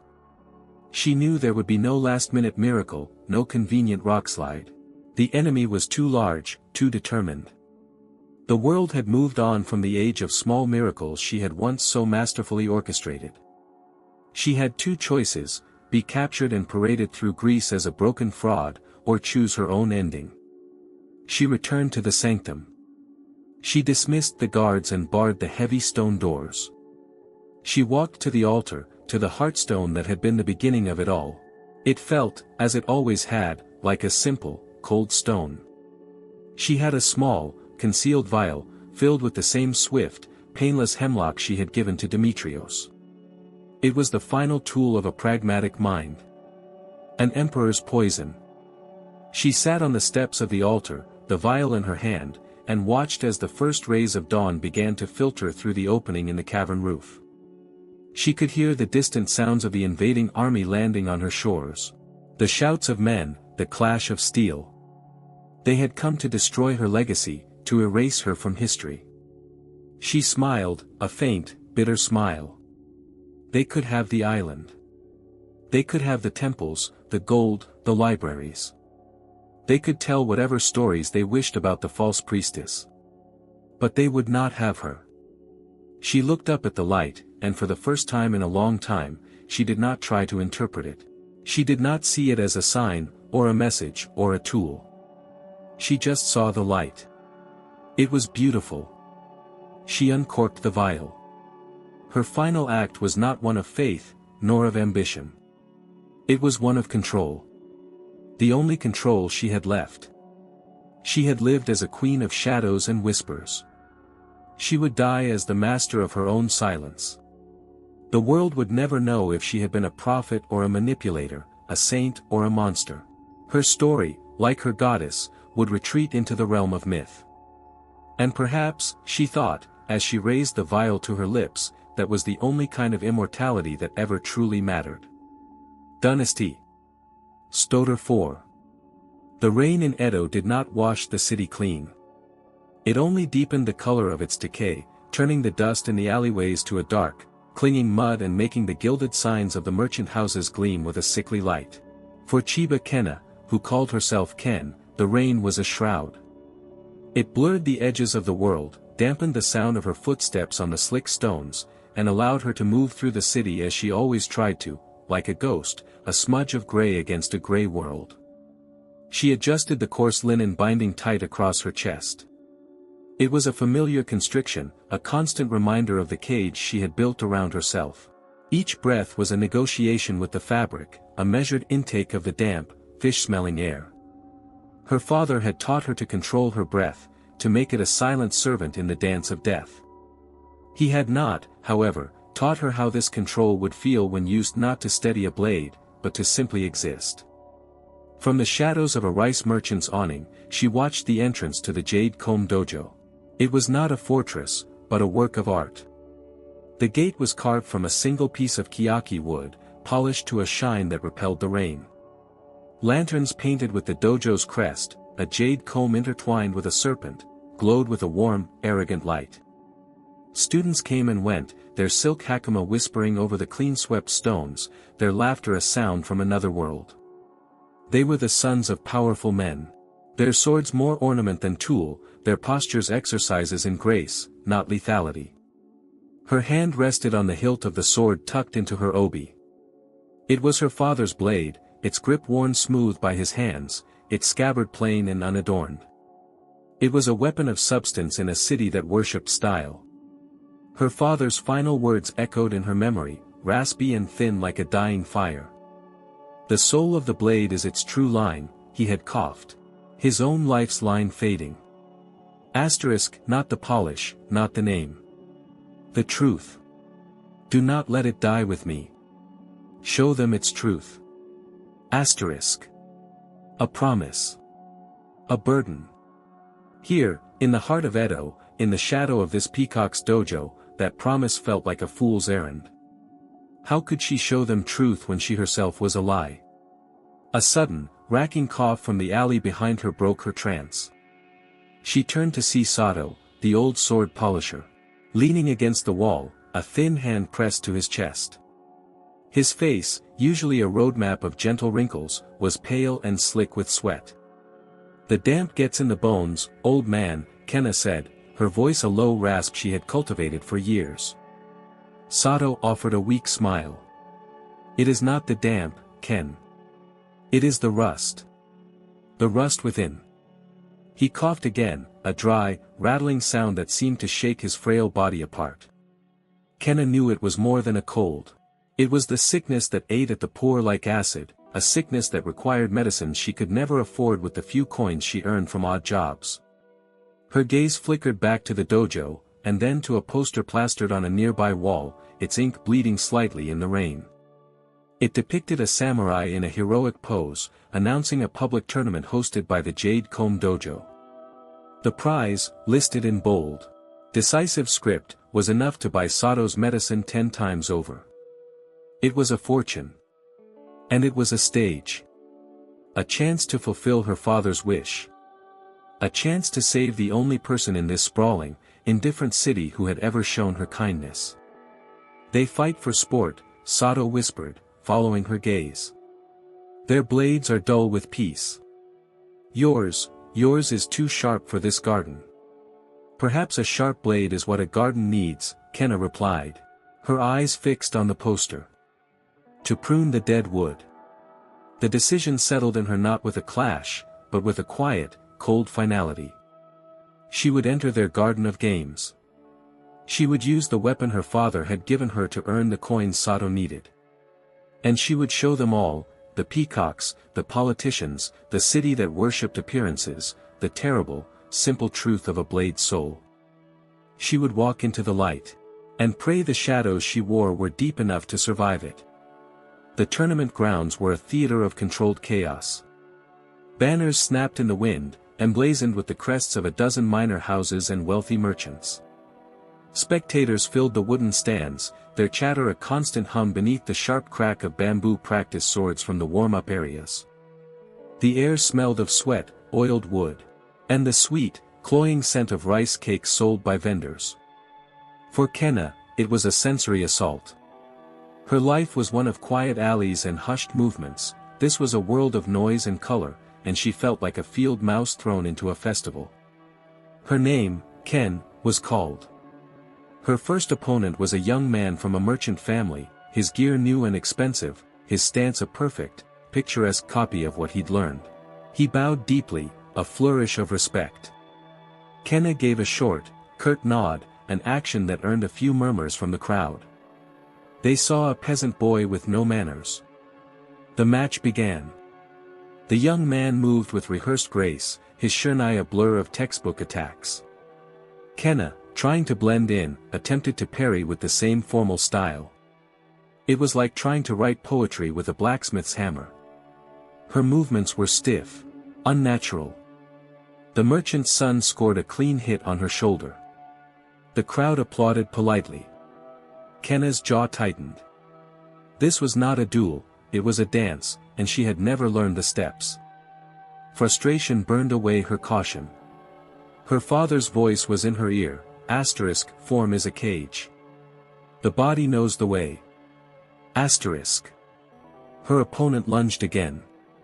This time, Kenna did not try to meet his practiced form. She let her body do what it knew. She slipped inside his attack, her movement so economical it was almost invisible. Her shurnai came up not in a wide, graceful arc, but in a short, brutal thrust that jabbed hard into his exposed ribs. The young man gasped, the air driven from his lungs. He stumbled back, his perfect form shattered. Before he could recover, Kenna stepped forward, and a single, sharp strike to his wrist sent his shurnai clattering to the ground. Silence. Then, a smattering of confused applause. It had been too fast, too efficient. It was not elegant. It was not sport. It was the cold math of combat. She had won, but she had broken the rules of the performance. She bowed her head again, a flicker of a nod, and walked away, the stares of the crowd like needles on her back. The next matches were the same. Opponents, trained in the beautiful but impractical arts of peacetime, were dismantled by her raw, functional style. She wasted no energy, no movement. She did not play to the crowd. She fought to win, and the swift, brutal end to each match left the spectators more unsettled than impressed. They had come to see a play, and she was showing them a hanging. Finally, she stood in the ring for the final match. Across from her was Hayami, the prized student of Lord Ishikawa himself. Hayami was everything Kenna was not: handsome, confident, his every movement a testament to the Jade Combs aesthetic. He was the star of the show. The chief judge, a portly official, announced their names. The crowd roared for Hayami. For Ken, there was a tense, expectant silence. The duel began. Hayami was a whirlwind of motion, his blade a silver ribbon weaving complex patterns in the air. It was dazzling. Kenna stood her ground, her shurnai held low, her body a study in stillness. She was a rock in the middle of a storm, letting the waves of his attacks break against her simple, solid defense. She parried, she shifted, her feet barely seeming to move, her eyes tracking not the blur of his sword, but the subtle shift of his hips, the tension in his shoulders. He was fast, but he was telling her everything he was going to do. Hayami, growing frustrated by her refusal to engage in his flashy game, committed himself to a powerful overhead strike, a move designed to be the dramatic finale.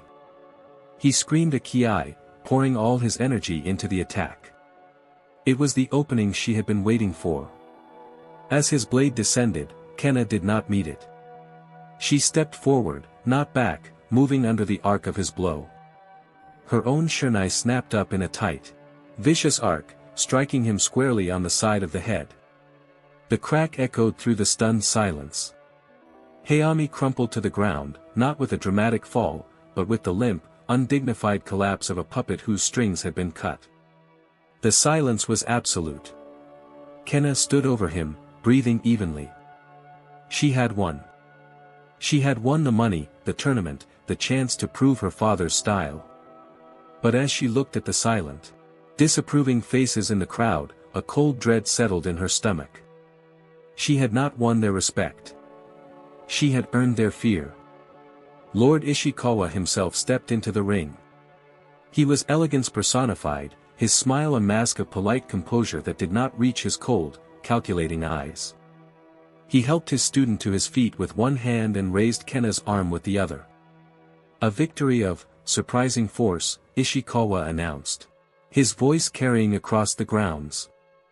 The Jade Comb Dojo congratulates this raw, untamed talent. Ken, is it? A name as simple as his style. The words were praise, but the tone was poison. He was framing her not as a master, but as a beast. A talented one, perhaps, but a beast nonetheless. He handed her the heavy purse of prize money. His fingers brushed hers, and they were as cold as stone. You have a powerful sword. Ken, he said, his voice a low murmur only she could hear. But Edo is not a battlefield. We shall see how well it serves you here. It was not a threat.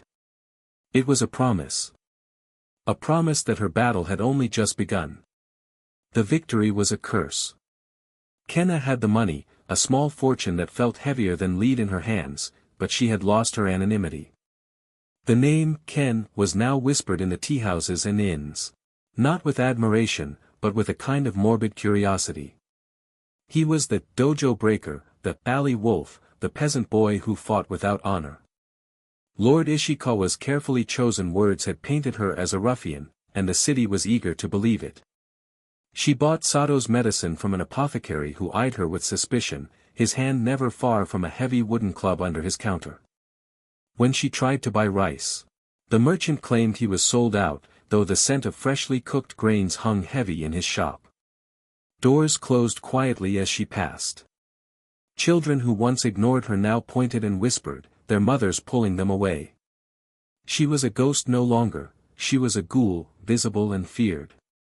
She brought the herbs to Sato's small workshop, a place that smelled of charcoal dust, whetstone slurry, and the clean, sharp scent of steel.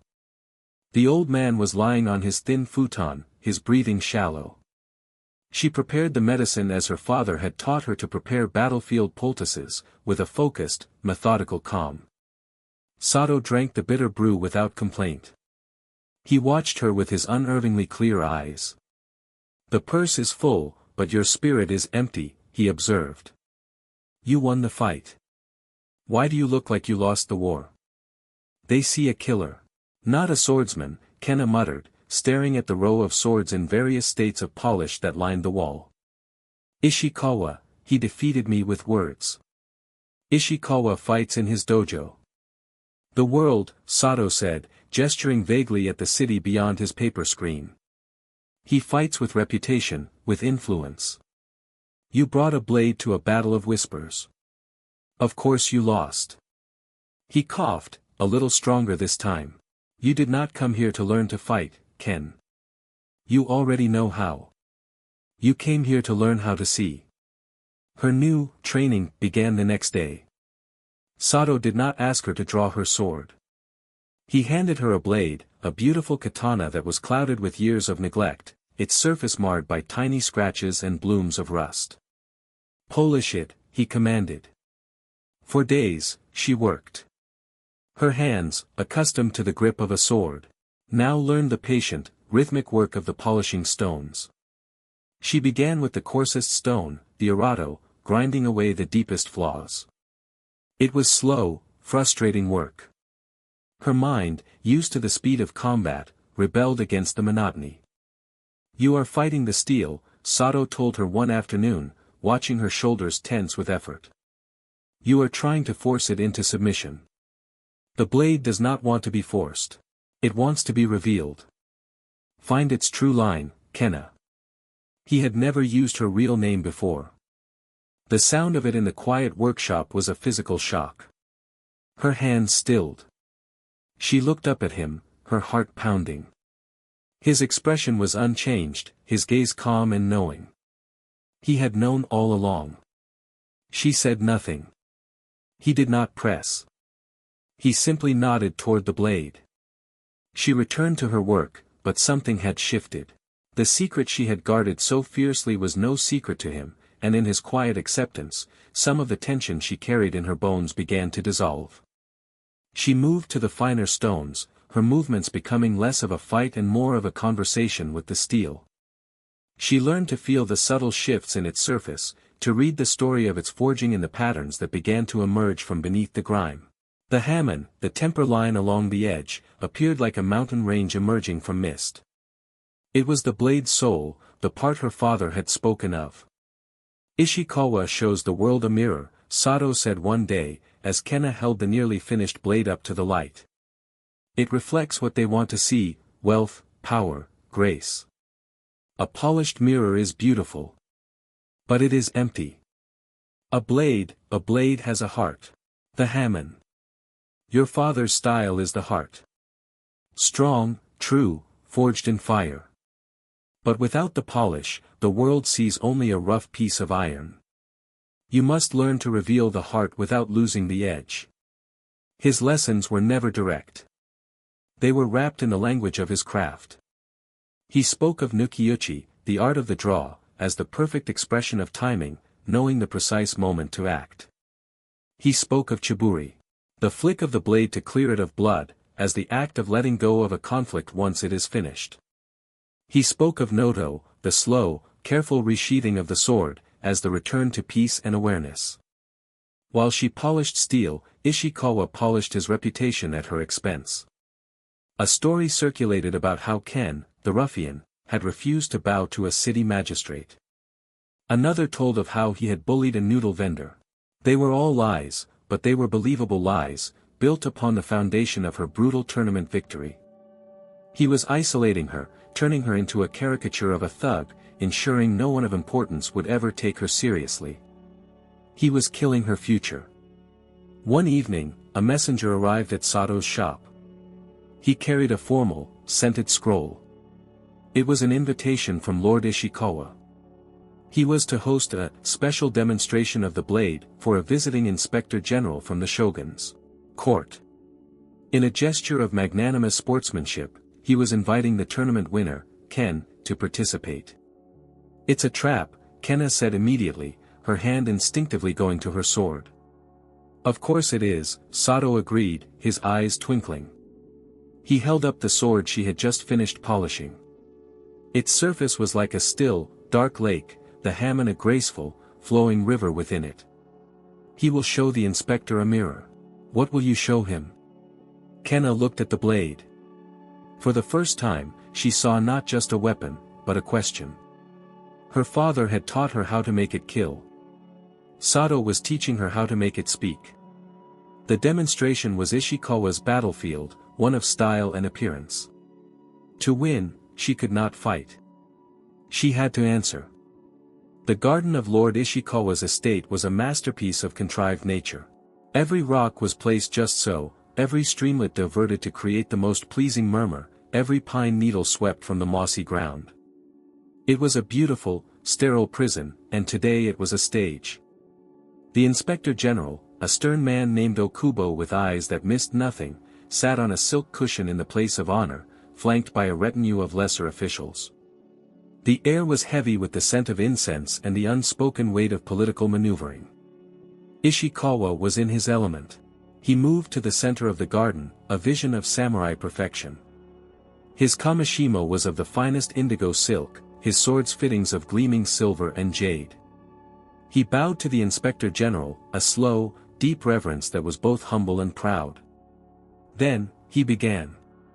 It was not a demonstration of combat, it was a symphony of movement. He performed a kata, a solo form, that was breathtaking in its complexity. His sword, a magnificent blade that caught the sun, seemed an extension of his soul. It carved arcs of silver light, whistled through the air in a blur of controlled speed, and came to rest in poses of sublime grace. He moved like a dancer, a poet, his face a mask of serene concentration. The performance was a story of idealized battle, full of drama and beauty, and utterly devoid of the stench of real violence. He concluded by slicing through a thick stalk of bamboo with a single, theatrical blow, the two halves falling neatly to the ground. The assembled officials murmured in appreciation. The Inspector General nodded, a flicker of approval in his stern eyes. Ishikawa had set the bar impossibly high. He had shown them art. Then, the announcer called the name, Ken. A wave of whispers passed through the attendees. This was the ruffian, the alley wolf. Kenna walked forward, her plain, worn clothes a jarring note in the garden's perfect harmony. She carried her father's simple sword. She felt the weight of their judgment, a physical pressure. They expected a dog to perform after a dragon. They expected her to be clumsy, brutal, an object of ridicule to further elevate Ishikawa's own performance. Ishikawa himself watched from the side. A faint, predatory smirk on his lips. This was the culmination of his trap. Kenna walked to the center of the raked gravel, her footsteps the only sound. She did not bow to the inspector. She turned to face him and gave the same short, sharp nod she had in the tournament. Another ripple of disapproval went through the crowd. Then she did nothing. She stood. Her eyes were half closed, her body still. The sword remained in its scabbard. 1 second passed. Then 10. A minute stretched into an eternity. The murmuring grew louder. Was this an insult? A refusal to perform? An official coughed impatiently. Ishikawa's smirk widened. The peasant was making a fool of himself. But Kenna was not there. Her mind was in Sato's workshop, the rhythmic scrape of stone on steel in her ears. Stillness is not emptiness, Sato's voice echoed in her memory. Asterisk, it is potential. Wait for the moment. The only moment. Asterisk. Her awareness expanded. She felt the slight breeze on her cheek. She heard the distant cry of a hawk. She felt the solid earth beneath the thin soles of her sandals. And she saw it. From the branch of a single, ancient maple tree that shaded the garden, a single red leaf detached itself and began its slow, silent descent. The world seemed to hold its breath with her. She was no longer Kenna, the girl in hiding. She was no longer Ken, the brutal duelist. She was a point of pure focus, a center of calm in a world of expectation. The leaf tumbled, catching the light, a tiny flame drifting toward the earth. As it passed before her, she moved. It was not a performance. It was an event, as swift and as final as a lightning strike. There was no theatrical wind-up, no shouted ki. There was only a whisper of silk as she shifted her weight. A single, fluid motion that was both draw and strike. The blade left the scabbard in an arc of impossible speed, a flash of mirrored light that seemed to sever the air itself. It was the Nukiuchi Sato had spoken of, the soul of the sword revealed in one breath. Shing. The sound of the blade meeting the tiny leaf was imperceptible. The sword was already returning to its scabbard in a motion of slow, deliberate grace, the noto that symbolized the return to peace. As the hilt clicked home, a profound silence fell over the garden. The single red maple leaf, its journey interrupted, drifted to the ground. It landed on the white gravel in two perfectly symmetrical halves. No one moved. No one breathed. The image was seared into their minds, the still boy, the silent flash, the bisected leaf. Kenna's single action had not been a display of technique. It had been a statement of truth. It was so pure, so economical, so devastatingly potent that it had rendered Ishikawa's entire beautiful, elaborate dance utterly meaningless. He had shown them a picture of a sword. She had shown them its soul. Inspector Okubo stared, his stern composure broken. His mouth was slightly agape. He looked from the two halves of the leaf on the ground to the unassuming figure standing in perfect stillness. He looked at Lord Ishikawa, whose face was no longer smirking. It was a blank mask of chalky white, the face of a man who had just witnessed the complete and utter demolition of his entire world. Kenna had not laid a hand on him. She had not spoken a word against him. But in that one, perfect moment, she had destroyed him. The silence that followed was heavier than any shout. It was a void filled with the unmaking of a reputation. The officials, men who lived and died by the nuances of perception, understood what they had witnessed. They had seen a grand, hollow edifice of style crumble before a single, unadorned stone of substance. Inspector Okubo finally stirred. He rose to his feet, a breach of etiquette that stunned the other attendees. He did not speak to Ishikawa. He did not even look at him. His sharp, intelligent eyes were fixed on Kenna. He walked across the raked gravel, his own formal robes rustling, until he stood before her. "Your name is Ken," he said. It was not a question. Kenna met his gaze and gave her customary short nod. "I have seen 100 sword dances," Okubo said, his voice quiet but resonant. "I have seen the finest masters in Edo perform their kata. They were all rehearsals. What I just saw was the thing itself." He gestured to the two halves of the leaf. "There is more truth in that than in all the bamboo stalks in this city." He turned his gaze for a moment toward the pale, frozen figure of Lord Ishikawa. It was a look of pure dismissal. In that single glance, the Jade Comb Dojo's political currency turned to ash. The inspector then looked back at Kenna. A skill like that should not be wasted in street brawls or third-rate tournaments. It belongs in the service of the shogunate. I have need of an instructor for my personal guard. Men who have grown soft with peace. They need to be reminded of what a sword is for. He paused, letting the weight of his words settle. The post is yours. You will have status, a generous stipend, and a name that will be respected in any hall in this city. It was the ultimate prize. It was everything her father had ever wanted for his legacy: recognition, respect, a place at the highest levels of the warrior class. It was validation. It was safety. It was a future. All she had to do was say yes. She could feel the conflict warring within her. The part of her that was her father's daughter, the part that had carried his dying wish like a sacred text, screamed to accept. This was victory. This was the fulfillment of her promise. But another voice, quieter and more recent, whispered in her mind. It was Sato's voice. Asterisk, the blade is true now. Where will you point it? Asterisk. To accept the offer would be to place her father's blade, her soul, in the service of another. She would become a tool, a respected tool, but a tool nonetheless. She would spend her days teaching men who sought skill as another form of political advancement. She would be trapped in the very system of style and status she had just transcended. The name, Ken, would be respected, but Kenna would remain a prisoner behind it, her life a performance for the benefit of others.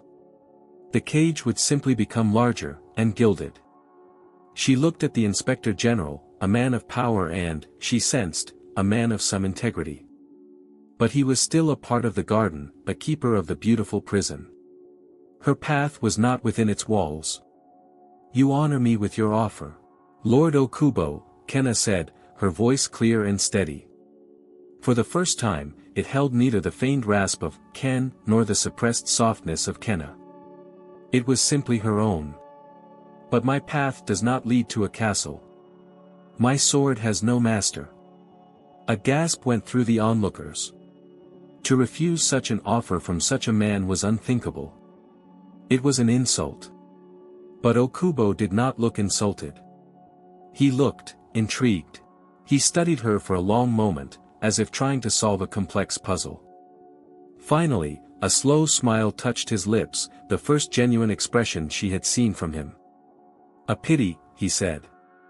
And a relief.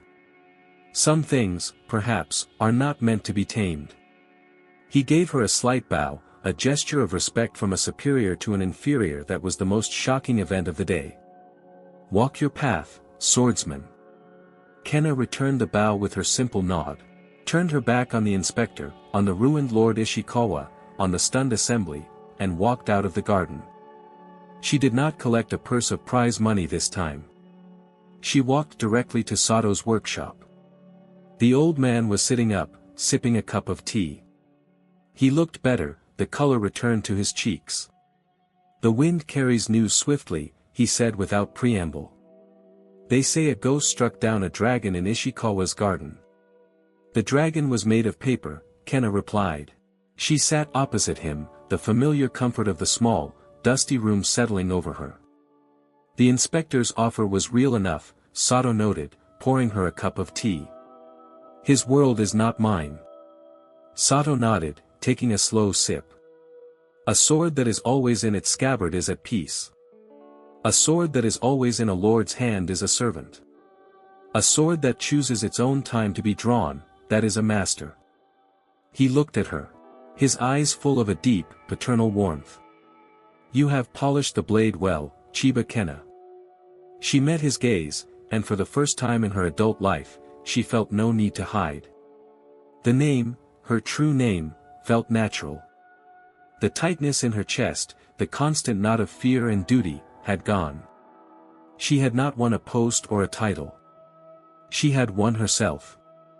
The next morning, as the sun rose over Edo, casting long shadows from the rooftops, Kenna stood at the city's edge. The road stretched out before her, a dusty ribbon leading into the green hills of Musashi province.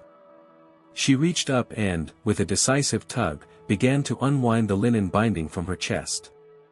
With each loosening loop, she took a deeper, freer breath. The air was cool and clean. She was not Ken, the duelist.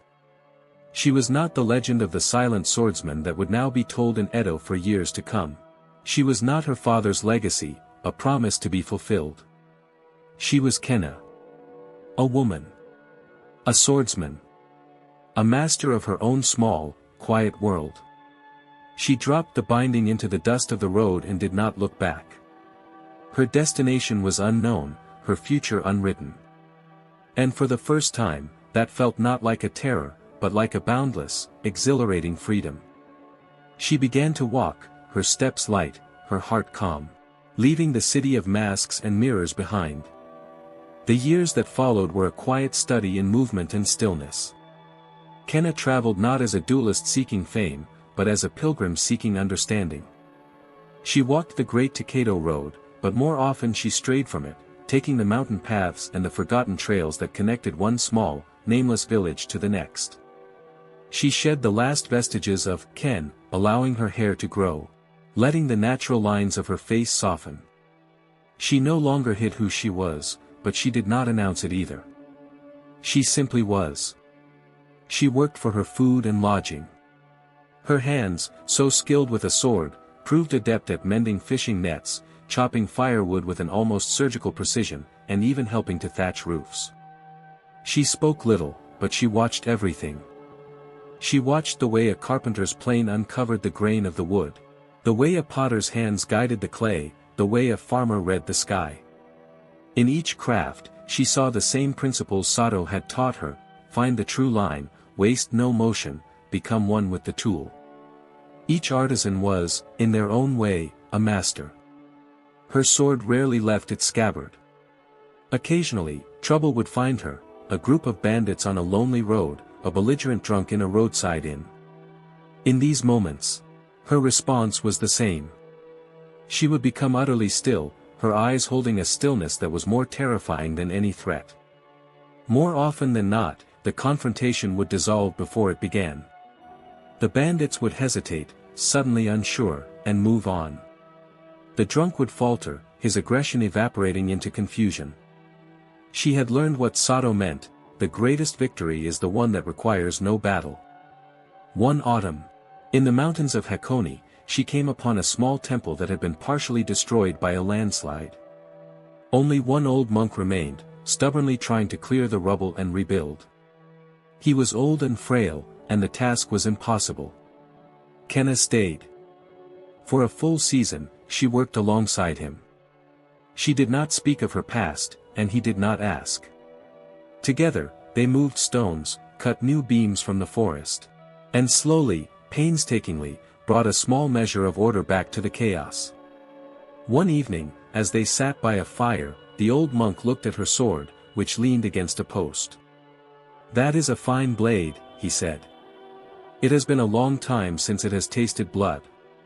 "It is at peace," Kenna said. "And its owner?" the monk asked, his eyes kind. "She is learning," Kenna replied with a small smile. During her time at the temple, she found a set of old brushes and an inkstone. Hesitantly at first, then with growing confidence, she began to paint. She painted the things she saw: a single pine tree clinging to a cliff face, the pattern of frost on a spider's web, the way the mist coiled in the valleys at dawn. Her strokes had the same economy and certainty as her swordsmanship. There was no hesitation, no wasted ink. Each image was a moment of pure observation, captured. Her father had taught her to take a life with her hands. Sato had taught her to reveal a soul in steel. The old monk, through his silent example, taught her to create a world with ink and paper. The warrior, the polisher, the artist, they were all one path.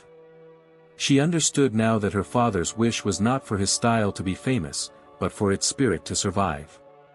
Its spirit was not about killing, but about truth, seeing things as they are and acting with absolute clarity. She had fulfilled his promise not in the garden in Edo, but here, on this quiet mountain, with a brush in her hand. When the temple was repaired enough for the monk to manage on his own, Kenna knew it was time to leave. He walked with her to the mountain pass. "Where will you go now, swordsman?" he asked. "I do not know," she answered honestly. "Good," the monk said, nodding. A full cup cannot be filled. An empty road can lead anywhere. He bowed, and she returned it, a deeper, more meaningful gesture than the sharp nod of Ken. As she descended the mountain, she felt a lightness she had never known. The burden of her father's promise was gone, replaced by a quiet sense of purpose. She was no longer running from a past or toward a future. She was simply walking the path, one step at a time. Years later, stories would trickle out of the countryside. Not of a duelist, but of a wanderer. Some said a woman of uncanny skill had single-handedly protected a village from famine by teaching them a new way to irrigate their fields. Others spoke of a silent artist whose ink paintings seemed more alive than the things they depicted. A few whispered of a masterless teacher who had appeared, taught a handful of students the true meaning of the sword, as a tool for self-discovery, and then vanished as mysteriously as she came. No one connected these disparate tales to the legend of Ken, the dojo breaker of Edo. That story had become a myth, a cautionary tale for arrogant masters. The two figures, one of quiet creation and one of swift destruction, could not have been the same person. But they were. Kenna's final years were spent in a small hut she built herself by a quiet lake in the foothills of Mount Fuji. She farmed a small garden, painted, and meditated. She had no students, no followers. Her only companion was the changing of the seasons and the deep, abiding peace she had found within herself. One winter morning, as a fresh blanket of snow hushed the world, she felt a familiar stillness settle in her bones. It was not the waiting stillness of a duelist, but the final, accepting stillness of a journey's end. She dressed in a simple, clean kimono. She sat in the center of her small hut, facing the snow-covered lake. She placed her father's sword across her lap. Not as a weapon, but as a companion who had walked the entire road with her. She closed her eyes. She felt the cool air on her skin, the solid earth beneath her. She felt the slowing of her own pulse, a rhythm returning to the great silence from which it came. There was no fear, no regret. There was only gratitude. Chiba Kenna died as she had learned to live, not with a clash of steel, but with a quiet, perfect breath. Undefeated, not because she had never lost a fight, but because she had understood that the only victory worth winning was the one over oneself. Outside her hut, the snow continued to fall, covering her tracks, leaving the world clean and white and still. Her story, like her footsteps, vanished into the vast, silent landscape, leaving behind only the faintest echo, a whisper of a soul that had found its true line.